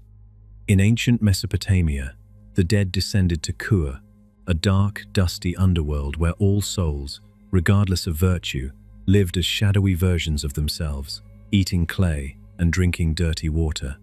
In Hindu tradition, the god of death, Yama, guides the soul to Yamaloka for judgment, and the soul is reborn according to the karma accumulated in life. In Chinese tradition, the dead pass through Diyu, a multi-layered underworld where they are judged and punished for specific sins before being reincarnated. In Aztec tradition, the dead traveled to Mictlan, the deepest level of the underworld.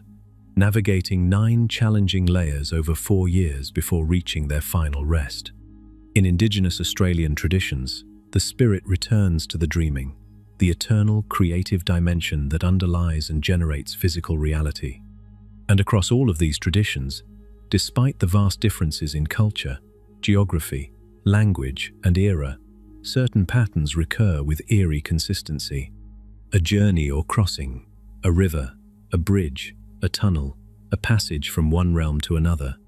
Guides, Anubis in Egypt, Hermes in Greece, the Valkyries in Scandinavia, Yama in Hindu tradition, beings whose role is to escort the dead to their destination.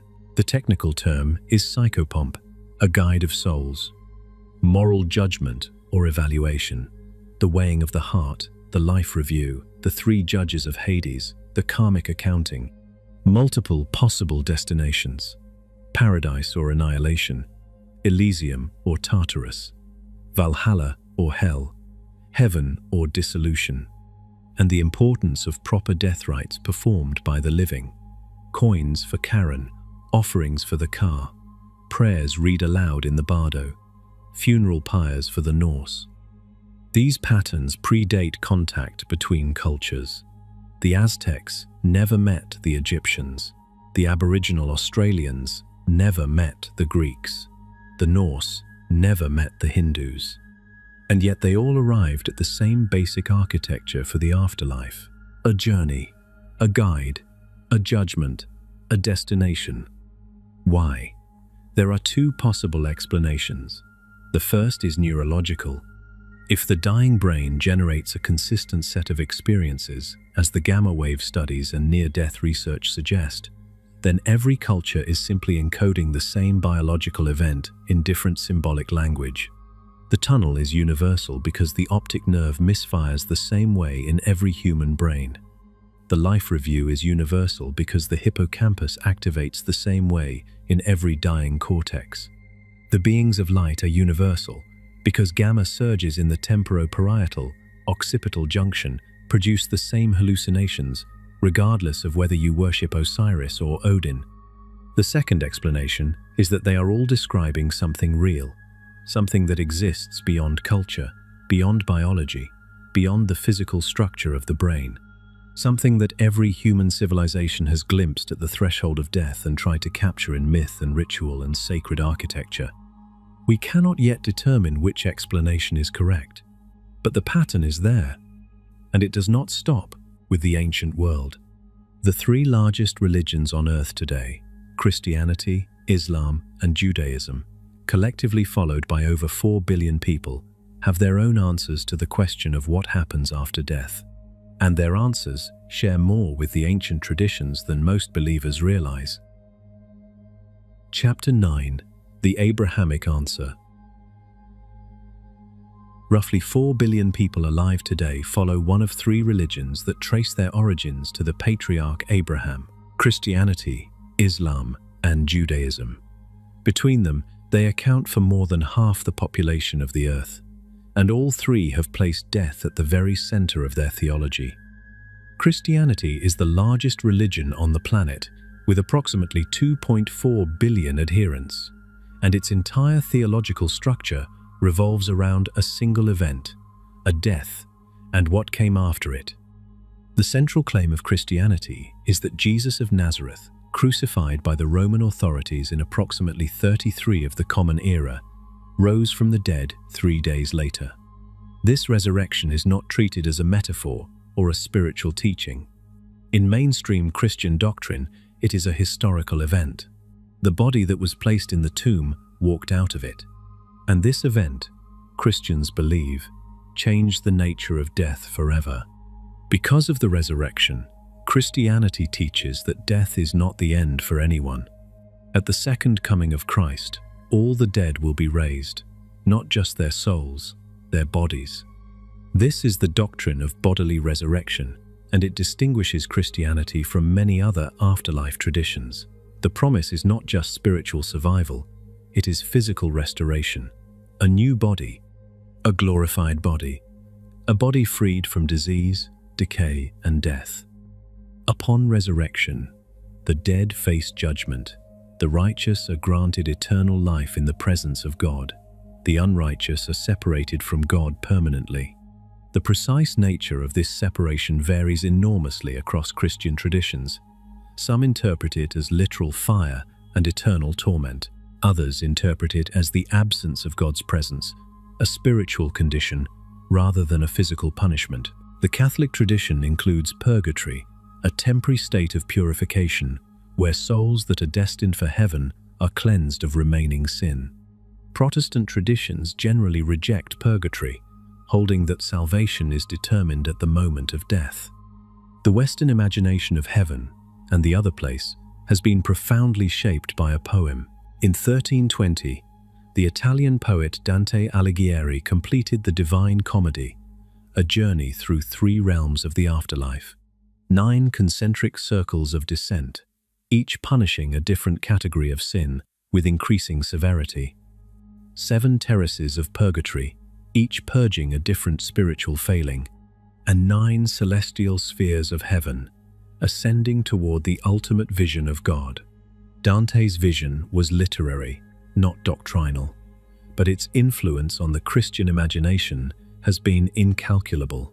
When most people in the Western world picture the afterlife, they are picturing something closer to Dante than to the Bible itself. The Bible's own descriptions of the afterlife are remarkably sparse. Jesus speaks of the kingdom of God, of many mansions in his Father's house, of outer darkness, and weeping and gnashing of teeth. But the detailed geography that most Christians carry in their minds comes from centuries of theological elaboration and artistic interpretation built upon these relatively brief passages. Islam is the world's second largest religion, with approximately 1.9 billion adherents. Its eschatology, its theology of the end times and the afterlife, is among the most detailed of any world religion, described in extensive passages in the Quran and elaborated further in the Hadith, the collected sayings and traditions of the Prophet Muhammad. In Islamic teaching, the moment a person dies, the soul enters an intermediate state called the barzakh.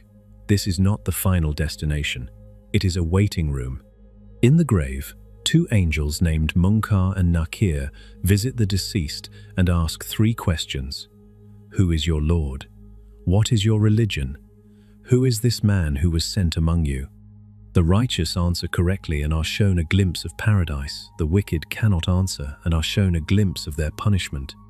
The barzakh continues until the day of judgment, when all souls are resurrected and brought before God for final accounting. The imagery of that day is vivid. Every person's deeds are recorded in a book.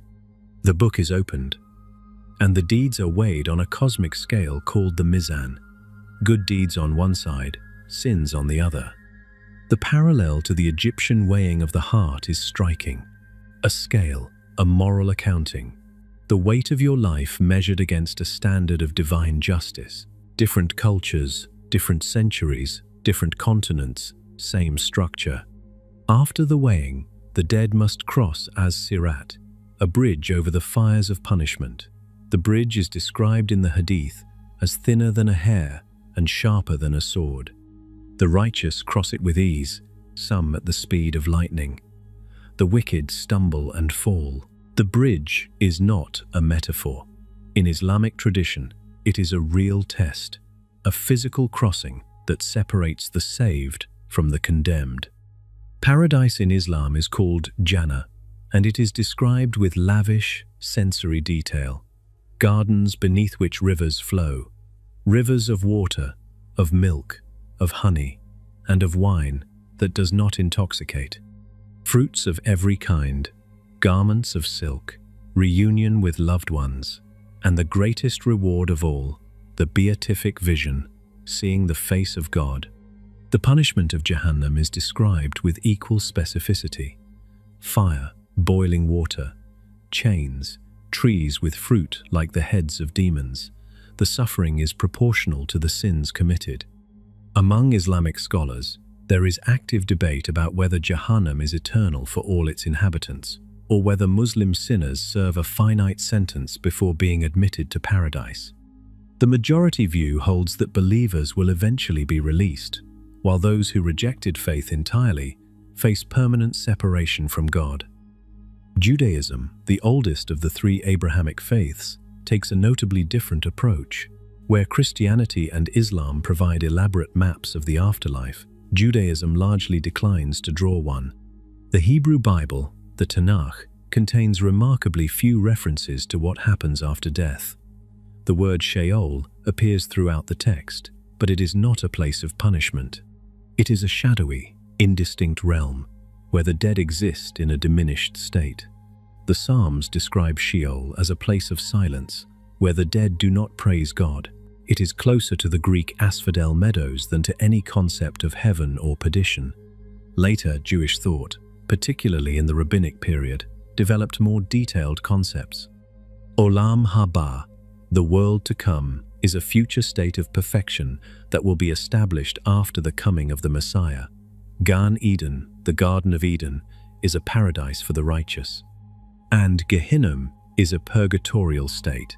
But unlike the Christian concept of punishment, it is typically described as lasting no more than 12 months. It is a process of spiritual cleansing, not eternal torment. The resurrection of the dead is part of traditional Jewish belief. It appears in the 13 Principles of Faith compiled by the medieval philosopher Maimonides, but the details are left deliberately vague. Judaism's emphasis is consistently on how to live, not on mapping the afterlife. There is a famous Talmudic attitude that captures this perfectly. We were given the Torah for this world. Let God take care of the next. Now step back and look at all three traditions together. Despite their theological differences, the structural similarities are remarkable. All three feature a moral judgment after death. All three include an intermediate state between death and the final reckoning. All three describe a weighing or evaluation of deeds. All three promise a paradise for the righteous and consequences for the wicked. All three affirm bodily resurrection in some form. And all three rest on the same Near Eastern cultural foundation that produced the Egyptian Hall of Ma'at thousands of years before any of them existed. The scales of Anubis and the Mizan of Islam, the negative confessions and the Last Judgment. The field of reeds and Jannah, the patterns rhyme across millennia. 4 billion people live their lives according to these answers. They shape their morality, their relationships, their hopes, and their fears around the conviction that death is not the end. That what you do in this life determines what happens in the next. That someone is watching, that the scales are real. Whether these beliefs are true descriptions of an actual afterlife or cultural elaborations of a universal neurological experience, they carry real weight in the real world. They comfort the dying. They restrain the living. They give meaning to suffering and hope to grief. And they have done so for thousands of years. But there is another way to approach the question of what happens after death, not through religion, not through mythology, through the deepest and most unsettling question in all of science. A question that no laboratory has answered, a question that no equation has solved, a question so fundamental that it undermines everything we think we know about the relationship between the brain and the mind. What is consciousness? Where does it come from? And can it survive the destruction of the organ that appears to produce it? Chapter 10. The Hard Problem.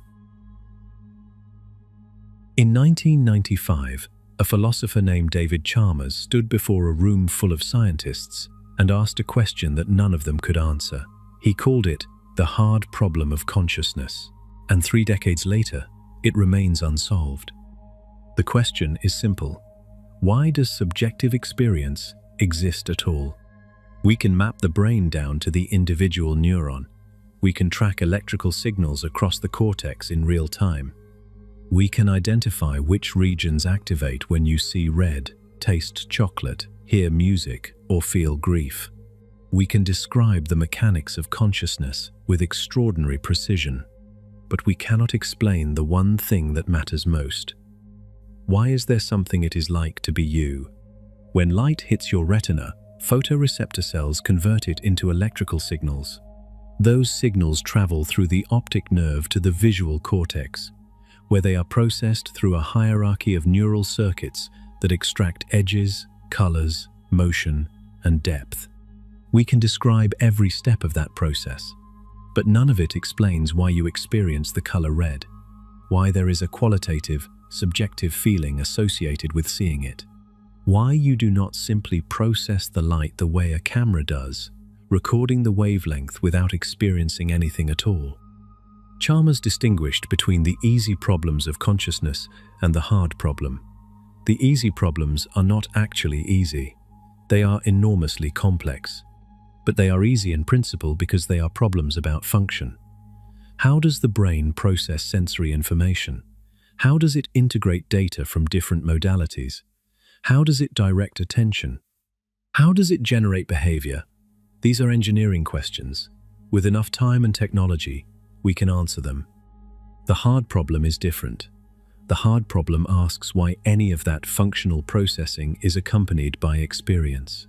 Why is there an inner life? Why are we not what Chalmers called philosophical zombies, biological machines that process information and generate behavior identically to conscious beings, but without any subjective experience? From the outside, a zombie would be indistinguishable from a conscious person. It would walk, talk, laugh, cry, and claim to have feelings, but inside, there would be nothing, no one home. The mainstream view in neuroscience, and the dominant view in Western science since the Enlightenment, is that consciousness is produced by the brain. It is a product of neural activity. When neurons fire in certain patterns, consciousness emerges the way wetness emerges from water molecules. It is what the brain does, the way digestion is what the stomach does.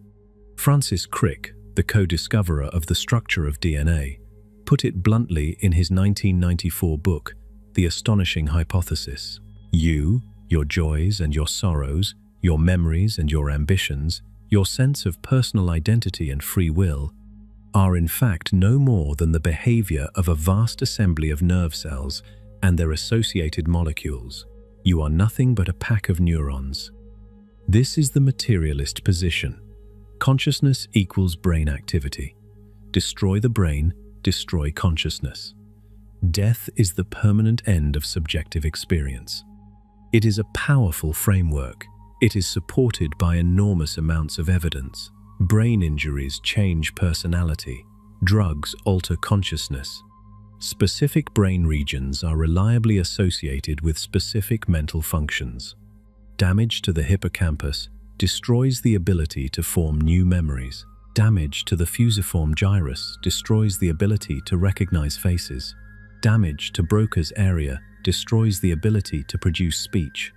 The correlation between brain structure and mental function is so consistent and so well documented that most neuroscientists consider it case closed. The brain makes the mind. But there is a problem, and the problem has been growing for decades. Despite more than a century of neuroscience, despite brain imaging technology that can track neural activity at the millisecond level, despite the mapping of the entire human genome and the identification of genes associated with neurological function, no one has produced a theory of consciousness that explains how subjective experience arises from physical processes. The correlation between brain activity and conscious experience is beyond dispute. But correlation is not causation, and the explanatory gap between neural activity and subjective experience remains as wide as it was when Chalmers named it in 1995. This is not a fringe concern. It is acknowledged by leading neuroscientists. Christoph Koch, the former chief scientist of the Allen Institute for Brain Science and one of the most prominent consciousness researchers in the world, has described the problem as the most fundamental, unsolved question in all of science. We know more about the physics of black holes than we do about the nature of the experience you are having right now as you listen to these words. And into this gap, a very old idea has been re-emerging, not from mystics or philosophers, but from the edges of mainstream science. The idea that the brain does not generate consciousness, it receives it. The brain as receiver hypothesis is not new. William James, the father of American psychology, proposed a version of it in 1898. He argued that the brain may transmit consciousness the way a prism transmits light. The prism shapes the light, it filters it, it breaks it into colors. But the prism does not create the light. The light exists independently. Destroy the prism, and the light is not destroyed. It simply passes through, unfiltered. Aldous Huxley expanded on this idea in the 1950s. He proposed that the brain functions as a reducing valve, filtering the overwhelming totality of consciousness down to a manageable trickle that allows us to survive in the physical world. Psychedelic drugs, he suggested, temporarily open the valve, allowing more of the signal through. And death, he speculated, removes the valve entirely. This hypothesis remains a minority view in neuroscience. Most researchers consider it unfalsifiable and therefore unscientific, but it has never been refuted. And certain observations we have already discussed in this documentary, are very difficult to explain under the standard materialist model. Terminal lucidity. A brain destroyed by decades of Alzheimer's disease, suddenly producing perfect cognition. If consciousness is generated by neural circuits, and those circuits are physically destroyed, how does the mind come back? Verified near-death perceptions. Patients accurately describing events that occurred while their brains were flatlined. If consciousness requires a functioning brain, how did they acquire information when the brain was not functioning? The measurement problem in quantum physics. At the quantum level, the act of observation appears to affect physical reality. Particles exist in superpositions of multiple states until they are measured. The observer, in some interpretations of quantum mechanics, is not a passive recorder of reality. The observer is a participant in creating it. None of these observations prove the receiver hypothesis. None of them disprove materialism, but they create cracks, and through those cracks, questions leak in. If consciousness is generated by the brain, then death is annihilation. The generator is destroyed, the electricity stops, the lights go out, nothing remains. If consciousness is received or filtered by the brain, then death is the destruction of the receiver, not the signal. The radio breaks. The music does not stop. It simply is no longer being translated into a form we can hear. Neither position has been scientifically proven. The materialist position is an assumption supported by correlation, not a demonstrated mechanism. The receiver position is a hypothesis supported by anomalies, not a demonstrated mechanism. We do not know which is true, but one Nobel Prize-winning physicist believed that the answer might lie in a place no one had thought to look, inside the smallest structures of the cells that make up your brain. In the quantum vibrations of protein tubes, so tiny, they exist at the boundary between classical physics and the strange, probabilistic world of quantum mechanics. His theory is controversial. His predictions are being tested right now in laboratories around the world. And if he is right, consciousness is not a byproduct of computation. It is woven into the fabric of the universe itself. Chapter 11. The Quantum Soul. In the 1990s, two scientists from very different fields formed an unlikely partnership. One was Roger Penrose, a mathematician and physicist at the University of Oxford. A man who would go on to win the Nobel Prize in Physics in 2020 for his work proving that black holes are a necessary consequence of general relativity. The other was Stuart Hameroff, an anesthesiologist at the University of Arizona, a man who had spent his career studying the mechanics of how the brain loses and regains consciousness under anesthesia. Together, they proposed a theory of consciousness that shocked the scientific world. They called it orchestrated objective reduction, ORC, and at its core was a claim that most neuroscientists considered absurd. Consciousness, they argued, does not emerge from the computational complexity of neural networks. It arises from quantum processes occurring inside tiny structures within neurons called microtubules. Microtubules are hollow protein cylinders found in virtually every cell in your body. They are part of the cytoskeleton, the internal scaffolding that gives cells their shape and structure. For decades, they were considered purely structural, the beams and girders of cellular architecture. But Hameroff had noticed something. Microtubules do far more than hold cells together. They regulate synaptic connections. They control cell growth and division. They transport materials within the cell. And, in neurons specifically, they play a role in how signals are processed and transmitted.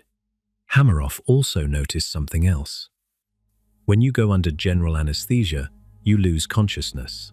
The anesthetic molecules do not shut down your brain. Your neurons keep firing. Your brainstem keeps your heart beating and your lungs breathing. But consciousness vanishes, and many anesthetic agents, Hameroff observed, bind specifically to microtubules. They interact with the proteins inside these structures. Could microtubules be the seat of consciousness rather than just structural support? Penrose brought the physics. He had long been troubled by a problem in quantum mechanics. In the quantum world, particles can exist in superpositions, simultaneously occupying multiple states until they are observed or measured, at which point they collapse into a single definite state. This is the famous measurement problem. Penrose proposed that this collapse, this reduction from many possibilities to one definite reality, is not caused by observation alone. It is caused by an objective physical process related to the curvature of space-time at quantum scales. He called this objective reduction.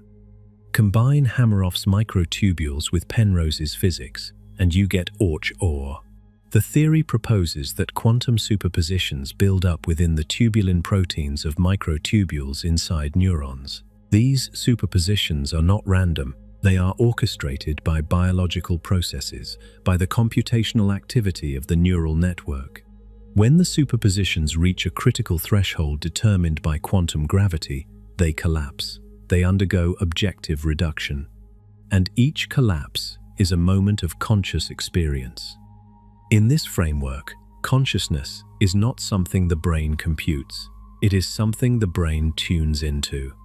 Each moment of awareness is a quantum event, a collapse of possibility into actuality, occurring billions of times per second across billions of microtubules in billions of neurons. Consciousness is not an emergent property of complexity. It is a fundamental feature of the universe, and the brain is the instrument that accesses it. The scientific community reacted with intense skepticism. The main objection was environmental. The brain is warm, wet, and noisy. Quantum coherence, the maintenance of quantum superpositions, was believed to be impossible in such an environment. Quantum effects were thought to require near absolute zero temperatures and total isolation from external disturbance. A brain at 37 degrees Celsius, saturated in biochemical activity, seemed like the last place you would find quantum processes. For years, Orch-Or was treated as an interesting but implausible speculation. And then the evidence started to arrive. In 2024, researchers at Wellesley College conducted an experiment with rats. They administered a drug called epithylone B, which binds to and stabilizes microtubules. The rats that received the drug took over a minute longer to lose consciousness under anesthesia compared to control animals. If microtubules were purely structural, stabilizing them should not affect the onset of anesthesia. But it did. The implication was that microtubules play an active role in maintaining consciousness. In 2025, Hameroff and colleagues published a paper in Neuroscience of Consciousness, an Oxford University Press journal, presenting what they described as direct experimental evidence of quantum effects in microtubules at room temperature. The paper also presented magnetic resonance imaging evidence, suggesting the existence of a macroscopic quantum state related to consciousness in the human brain. The same paper argued that OR solves two long-standing problems in the science of consciousness. The binding problem, which asks how the brain combines disparate sensory inputs, sight, sound, touch, smell, into a single unified conscious experience. And the problem of epiphenomenalism, which asks how consciousness, if it is merely a byproduct of physical processes, can have any causal effect on the physical world. If consciousness is a quantum phenomenon, it operates at the most fundamental level of physical reality and can influence events through quantum effects. What about the objection that the brain is too warm and noisy for quantum coherence? Recent research in quantum biology has been steadily undermining that assumption. Quantum coherence has been demonstrated in photosynthesis, in the navigation systems of migratory birds, and in the olfactory system that allows you to distinguish smells. Biology, it turns out, may have evolved to exploit quantum effects in warm, wet environments. The brain may be no exception. In Italy, the underground Gran Sasso National Laboratory tested gravity-related quantum collapse models. The simplest version of these models was ruled out by the experimental data. But Penrose's original formulation was not excluded. Refined models consistent with OR remain viable. The door is open. Now here is what this means for death. If consciousness is a quantum phenomenon, if it arises from quantum processes in microtubules, then the information that constitutes your conscious experience is fundamentally quantum in nature. And one of the most profound principles of quantum mechanics is that quantum information cannot be destroyed. It can be transformed. It can be scattered. It can be scrambled beyond any practical hope of recovery. But it cannot be annihilated. Hameroff has speculated openly about the implications. When a person dies, he has said, the quantum information in their microtubules does not disappear. It dissipates into the universe. If the patient is resuscitated, that quantum information can flow back into the microtubules, and the person reports a near-death experience. If the patient is not resuscitated, the quantum information exists outside the body, perhaps indefinitely, as what Hameroff has called a soul. Penrose himself is more cautious. He does not endorse the soul language. He has said that the relationship between consciousness and quantum gravity is something that we are only beginning to understand. But he has not dismissed the possibility that consciousness has a deeper relationship to the physical universe than current neuroscience assumes. OR remains deeply contested. Many neuroscientists consider it speculative at best, but it is the only theory of consciousness that makes specific, testable predictions about the relationship between quantum physics and subjective experience. And those predictions are being tested right now in labs around the world. We are in the earliest stages of understanding whether consciousness has quantum roots. But if it does, the implications for death are staggering, because if consciousness is not generated by the brain but accessed through it, if it is woven into the fabric of space-time itself, then the death of the brain is not the death of consciousness. It is the destruction of the antenna. The signal continues. And there is one more theory we need to examine. A theory proposed not by a physicist or a philosopher, but by a biologist. A stem cell researcher named one of the 100 most influential people in the world by Time magazine.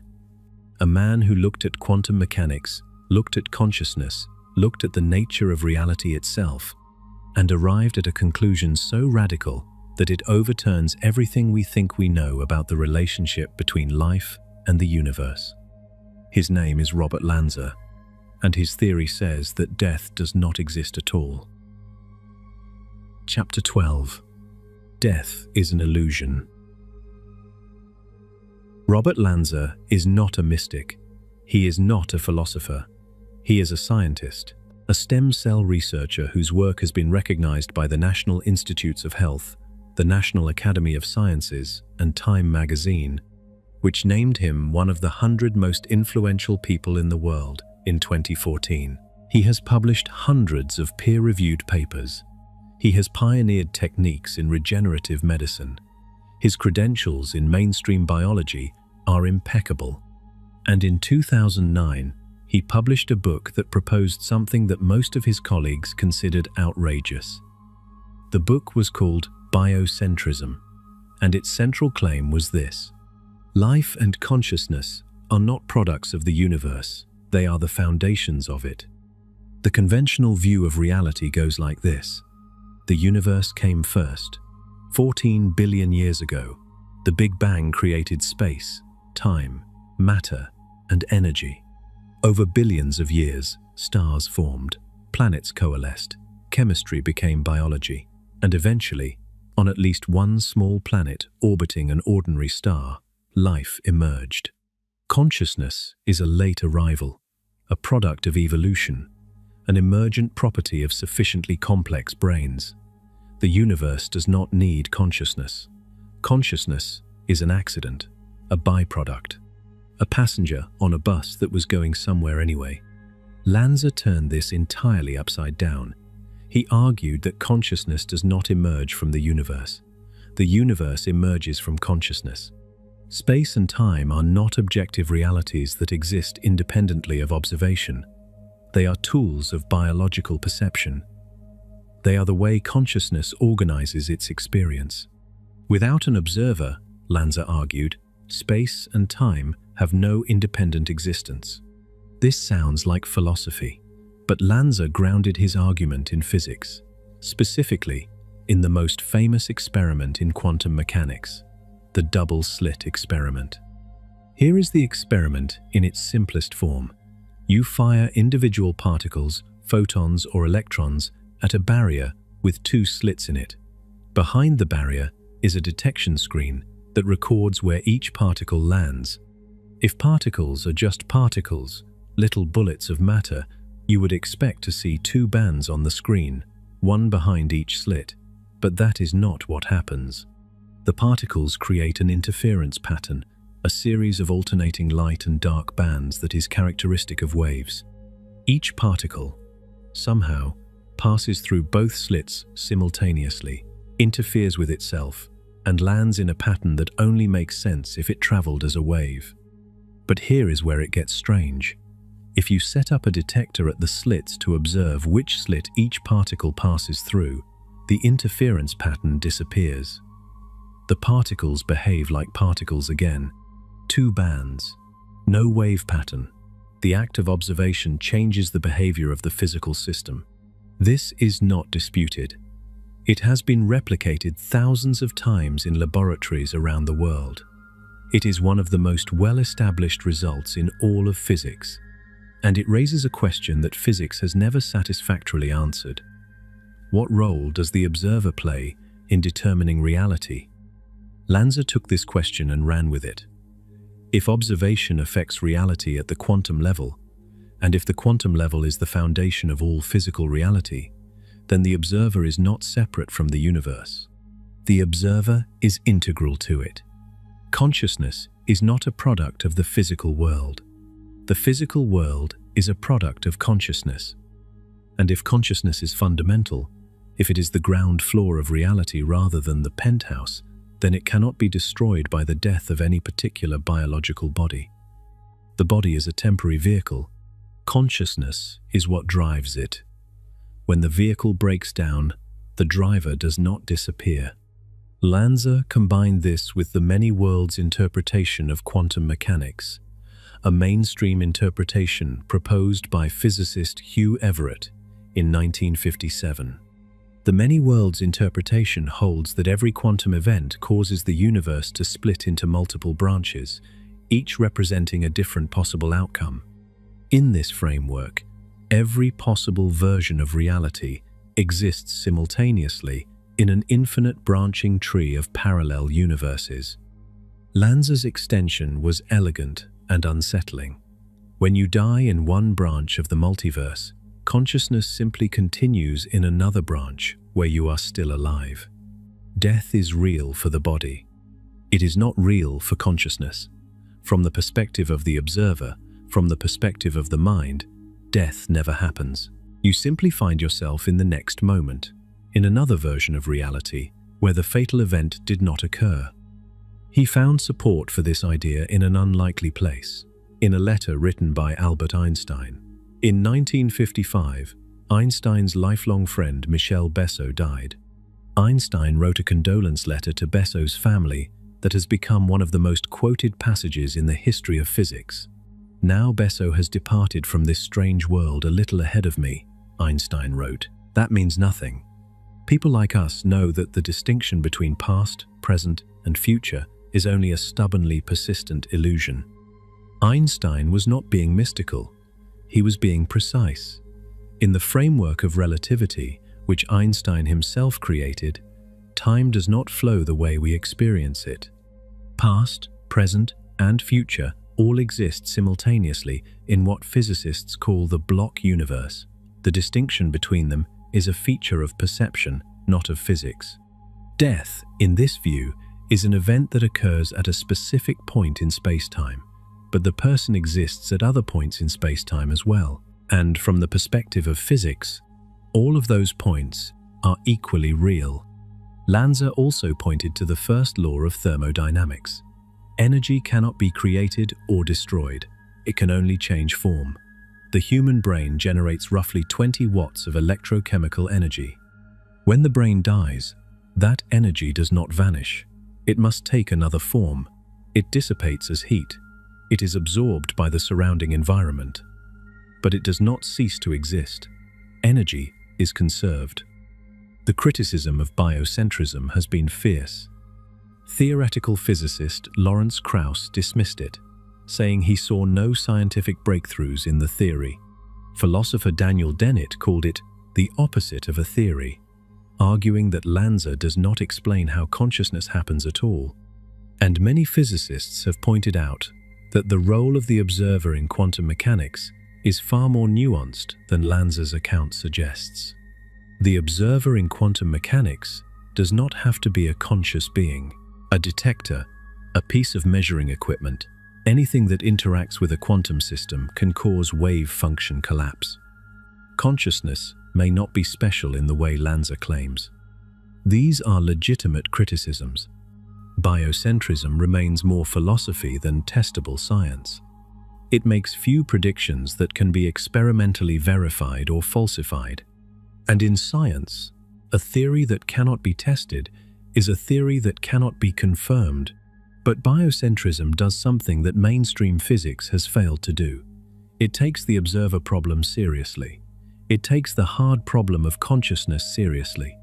It synthesizes quantum mechanics, consciousness research, and the nature of time into a coherent framework that addresses the deepest questions about reality and death.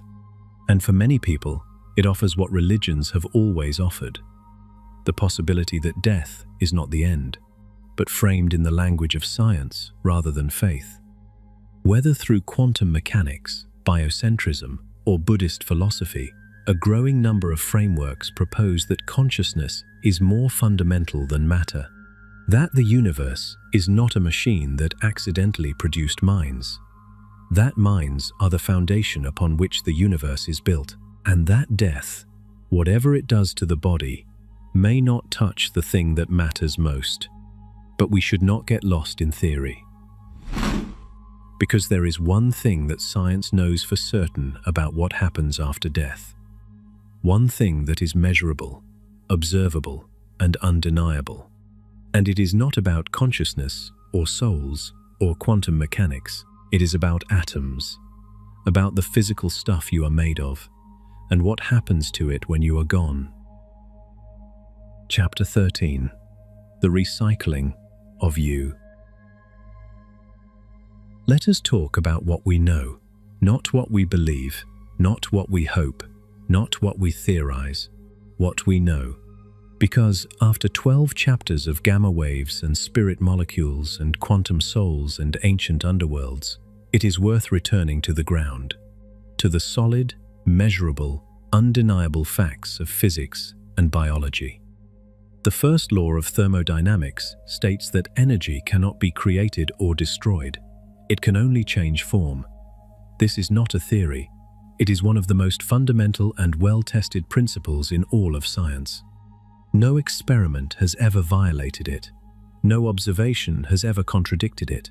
Energy is conserved, always. Your body is energy. Every cell, every molecule, every atom in you is a form of energy organized into a specific pattern. The pattern is you. Your face, your voice, your memories, your personality, the way you laugh, the things you fear. All of it is information encoded in the arrangement of roughly 7 octillion atoms. That is a 7 followed by 27 zeros, held together by chemical bonds and electromagnetic forces. When you die, the pattern dissolves, but the atoms do not. Not a single one of them disappears. They cannot. The first law forbids it. Every atom that was part of you continues to exist. It simply becomes part of something else. And here is the part that most people do not think about. Those atoms were never really yours to begin with. Every atom in your body was forged in the interior of a star. The hydrogen in the water that makes up 60% of your body was created in the first minutes after the Big Bang, roughly 13.8 billion years ago. The carbon in your muscles, the nitrogen in your DNA, the calcium in your bones, the iron in your blood, all of these heavier elements were produced in the nuclear furnaces of massive stars. Stars that burned for millions of years and then exploded in supernovae, scattering their elemental remains across the galaxy.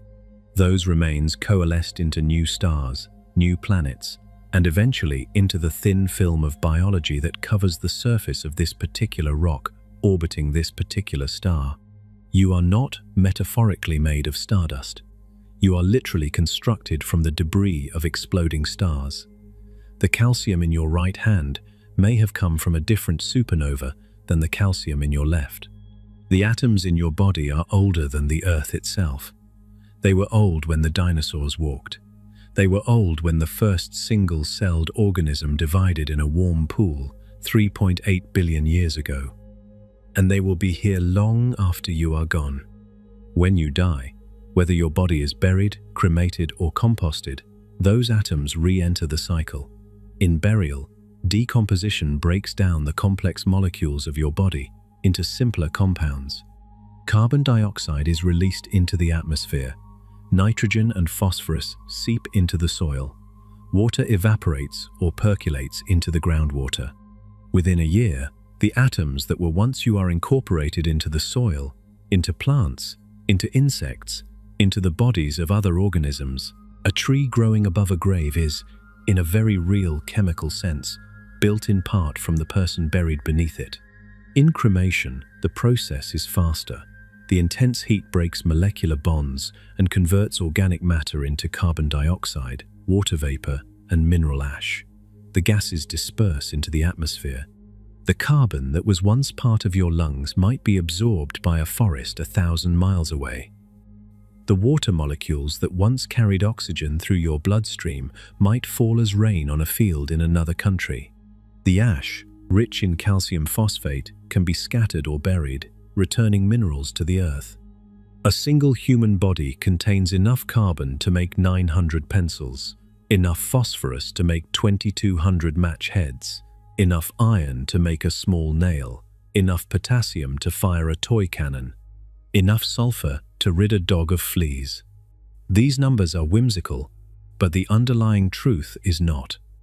You are a temporary arrangement of common elements, and when the arrangement ends, the elements continue. Research at forensic anthropology facilities has documented this in detail. A decomposing body creates what scientists call a cadaver decomposition island. The soil beneath and around the body becomes dramatically enriched with nutrients. Nitrogen levels spike. Microbial diversity explodes. Plant growth in the immediate area becomes visibly more vigorous, sometimes for years after the body is gone. Your death does not just feed new life. It creates an island of fertility, a burst of ecological energy that radiates outward from the point where you returned to the earth. The green burial movement embraces this reality. Instead of embalming the body with formaldehyde, a toxic preservative designed to delay decomposition, and sealing it in a metal casket inside a concrete vault, green burial allows the body to decompose naturally. The body is wrapped in a simple shroud or placed in a biodegradable container and buried in shallow soil.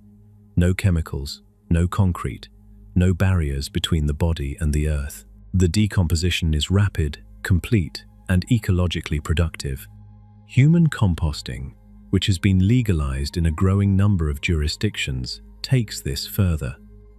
The body is placed in a vessel with organic materials such as wood chips, alfalfa, and straw. Over a period of roughly 30 to 60 days, thermophilic bacteria break down the body at elevated temperatures, producing nutrient-rich soil. The soil can be used to grow gardens, restore forests, or nourish landscapes. You become, quite literally, the ground from which new life grows. In a purely materialist framework, this is the afterlife. Not a place you go, a process you become. The redistribution of your matter and energy into the ongoing story of life on Earth. The carbon cycle, the nitrogen cycle, the water cycle. These are not abstractions. They are the mechanisms by which your atoms will travel through the biosphere for millions of years after you are gone. But there is a loss here that the physics cannot address, and it is the loss that most people actually grieve. It is not the atoms. Nobody mourns the carbon. What people mourn is the pattern, the specific arrangement of matter and energy that was you, your personality, your memories, your sense of humor, the sound of your voice, the way you looked when you were thinking, the information. Information theory tells us that the information encoded in your brain, the roughly 86 billion neurons connected by approximately 100 trillion synaptic connections that stored your entire life, your memories, your skills, your identity, appears to be destroyed at death. The neural networks degrade, the synapses dissolve, the electrical patterns cease. The specific configuration that was you is lost. This is the hardest thing for many people to accept. Not that the body dies. We can understand that. The body is obviously temporary. What is harder is the idea that the pattern, the you of you, dissolves irreversibly. However, quantum mechanics offers a curious footnote. The no-hiding theorem, a principle in quantum information theory, states that quantum information cannot be completely destroyed. It can be scrambled. It can be dispersed. It can be transformed beyond any practical possibility of recovery. But it cannot be annihilated. The information is always somewhere. This principle underlies one of the great debates in theoretical physics, the black hole information paradox, which asks whether information that falls into a black hole is truly lost or is somehow preserved. The current consensus, following decades of work by Stephen Hawking and others, is that information is conserved. Whether this abstract conservation of quantum information has any relevance to personal consciousness is unknown. The gap between the preservation of quantum information in the mathematical sense and the survival of your subjective experience as a person is vast. But it is worth noting that even at the most fundamental level of physics, the universe appears to be reluctant to lose information entirely. Here is what we can say with certainty. You have already died and been reborn countless times. The atoms in your body are replaced continuously. Your cells divide and are replaced. Your skin is entirely new every 2 to 3 weeks. Your red blood cells are replaced every 4 months. Your skeleton is fully remodeled every 10 years. The you who exists right now is not materially the same you who existed 7 years ago. Almost every atom has been swapped out. And yet, you persist. Your sense of continuity, your feeling of being the same person you were yesterday and last year and a decade ago, survives the complete replacement of your physical substance. Whatever makes you you, it is not the atoms themselves. It is the pattern, the organization, the information.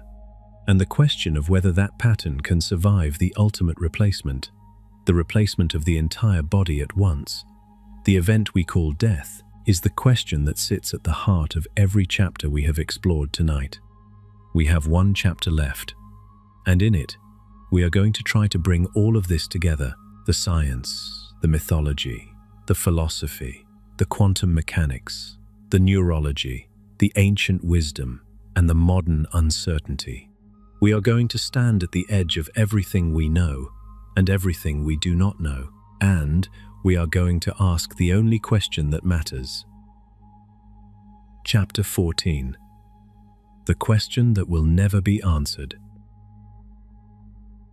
So here we are, at the end, or perhaps at the beginning of something we cannot yet name. We have traveled a long way tonight, from the EEG of an 87-year-old man in Estonia to the gamma surges in 4 dying brains in Michigan. From the operating rooms where cardiac arrest survivors describe things they should not have been able to see, to the laboratories where rats' brains flooded with dimethyltryptamine as their hearts stopped beating. From the bedsides of Alzheimer patients who woke up one last time, to the Hall of Mart where Anubis weighed the heart against a feather. From the bardos of Tibet to the Great Hall of Valhalla. From the River Styx to the Bridge of Az-Sirat. From the hard problem of consciousness to the quantum vibrations inside microtubules. From a biologist who says death is an illusion to the simple, undeniable fact that every atom in your body will one day belong to something else. Now, let us lay out what we actually know. We know that the brain is extraordinarily active during the process of dying. Gamma wave surges, concentrated in the regions most associated with consciousness and perception, have been documented in multiple studies. The dying brain does not shut down, it lights up. We know that some people who have been clinically dead and then resuscitated report structured, vivid experiences. Some of these experiences include verified perceptions of events that occurred while the person had no heartbeat and minimal to no measurable brain activity. The AWARE studies, the largest scientific investigations of death ever conducted, have documented these accounts under controlled conditions. We know that dimethyltryptamine is produced endogenously in the mammalian brain, that it is present at concentrations comparable to major neurotransmitters like serotonin, that its levels spike during cardiac arrest, and that exogenous DMT produces experiences structurally identical to near-death experiences. Whether the brain produces enough DMT at the moment of death to generate a full psychedelic experience in humans remains an open question. We know that terminal lucidity occurs, that people with brains destroyed by decades of neurodegenerative disease can suddenly regain cognitive function shortly before death, that this phenomenon has been documented by researchers, witnessed by thousands of healthcare professionals, and is now being studied prospectively with EEG monitoring by the National Institutes of Health.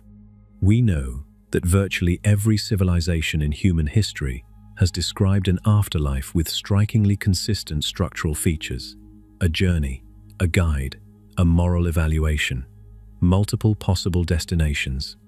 These patterns appear independently across cultures that had no contact with one another. We know that consciousness remains the deepest unsolved problem in science, that no theory explains how subjective experience arises from physical processes, that the materialist assumption, while supported by extensive correlation, has not produced a mechanistic explanation for the existence of inner life. We know that quantum theories of consciousness, while controversial, are generating testable predictions and accumulating experimental support. That microtubules appear to play a role in consciousness beyond their structural function. That quantum effects have been demonstrated in biological systems at room temperature, and that the quantum information in a system cannot, according to the laws of physics, be completely destroyed. And we know that every atom in your body was forged in a star, that those atoms will be recycled into new forms of life after your death, and that the first law of thermodynamics guarantees that the energy that is you will continue to exist in some form forever. Now here is what we do not know. We do not know whether consciousness can exist independently of a functioning brain. We do not know whether near-death experiences represent actual perception of something beyond the physical world or sophisticated neural artifacts generated by a brain in extremis. We do not know whether the self, the specific pattern that is you, your memories, your personality, your identity, can survive in any form beyond biological death, and we do not know the fundamental nature of consciousness itself. These are not minor gaps. These are the gaps that matter most, and they are the gaps that every religion, every mythology, every philosophy, and every scientific theory we have discussed tonight is trying to fill. But there is something remarkable in the convergence. Across all the material we have covered, certain themes keep recurring regardless of the framework. A moral evaluation, the near-death life review, the Egyptian weighing of the heart, the Islamic mizan, the Buddhist karmic reckoning, the Greek judges of the underworld. In framework after framework, tradition after tradition, the moment of death involves an accounting of how you lived. A transition, not an instant termination. The brain does not flip off like a switch. Death is a process that unfolds over minutes, possibly hours. Every tradition we have examined describes stages. The dissolution of the elements in the bardo, the journey through the duat, the crossing of the river, the passage through the tunnel. Death is not a wall, it is a corridor. The dissolution of self followed by something else. Whether it is the clear light of the bardo, the tunnel of the near-death experience, or the quantum dissipation of Ork-Or, something follows the end of the individual self. The ego dissolves. And then, according to nearly every account, something opens. And the importance of how you lived. Karma, the weighing of the heart, the life review, the judgment of souls. Across traditions separated by thousands of miles and thousands of years, the message is the same. What you did matters, not just in this life, at the threshold of whatever comes next. These convergences might mean that all cultures are encoding the same neurological event in different symbolic languages. The gamma surge, the DMT release, the disinhibition of the dying brain may produce a universal experience that humans have been dressing in cultural clothing for as long as we have been human. The life review is a hippocampal discharge. The tunnel is the visual cortex collapsing. The beings of light are projections of the temporal lobe. And every mythology in history is an elaborate interpretation of the same 30 seconds of brain activity. Or they might mean something more. Dr. Sam Parnia, after decades of research into the dying process, wrote that research to date has neither proved nor disproved the reality or meaning of patients' experiences and claims of awareness in relation to death. He is being careful, he is being scientific, he is saying what the data allows him to say, and nothing more. And that restraint, that willingness to say, "we do not know," may be the most important thing anyone has said in this entire documentary. Because the question of what happens after we die is the one question that every human being will eventually answer for themselves. And no one has ever come back with a definitive report. The near-death survivors come close, but they did not complete the journey. They were pulled back. They returned to their bodies, to their lives, to a world that does not know what lies on the other side of the door they briefly opened. Science is inching closer to understanding the dying process, but consciousness remains the deepest mystery in the universe. Every religion offers certainty, but certainty is not the same as knowledge. Every philosophy offers frameworks, but frameworks are not the same as answers. And maybe that not knowing is the most important thing about being human, because it forces us to decide not what is true, because we cannot know that, but what we believe, how we want to live, and what we think matters. If death is annihilation, if the materialist view is correct, and there is nothing beyond the final firing of the last neuron, then this life, this moment, this breath is all there is. And it is therefore infinitely precious. Every conversation, every kindness, every sunset, every hand held in the dark, is a universe of meaning in a cosmos of silence. If this is all there is, then the fact that it exists at all is the most extraordinary thing that has ever happened. And if death is a door, if consciousness survives in some form, if the soul or the quantum information or the pattern that is you continues beyond the body, then the way you lived matters in ways that extend beyond this lifetime. The life review is coming. The weighing of the heart is real. The karma accumulates. And what you carry with you into whatever comes next is not your wealth or your status or your possessions. It is the weight of your actions, the kindness you showed, the love you gave, the harm you caused, the truth you told. Either way, the conclusion is the same. This life matters. How you live it matters. What you do with your time here, however brief it is against the backdrop of eternity, matters. Whether death is a door, a wall, or a mirror, whether it leads to the field of reeds, the bardo, Valhalla, quantum dissipation, or simply nothing. The fact that your consciousness exists at all right now, hearing these words, thinking these thoughts, wondering about your own mortality, is the single most improbable and unexplained event in the known universe. Every atom in your body was forged in a dying star. Every molecule in your brain is part of a chain of chemistry that stretches back to the origin of life on this planet. Every breath you take connects you to every organism that has ever breathed. You are not separate from the universe.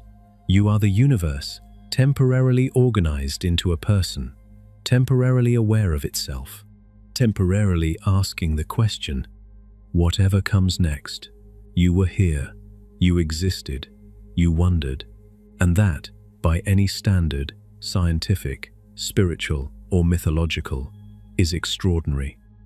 If you enjoyed this journey through science, history, and the mysteries of death and consciousness, please like this video and subscribe to the channel.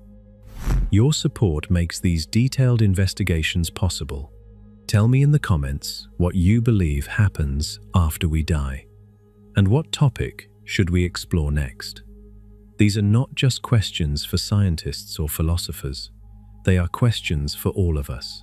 Because the mystery of death is really the mystery of life, and every new discovery changes what we thought we knew. Thank you for listening. I will see you in the next one.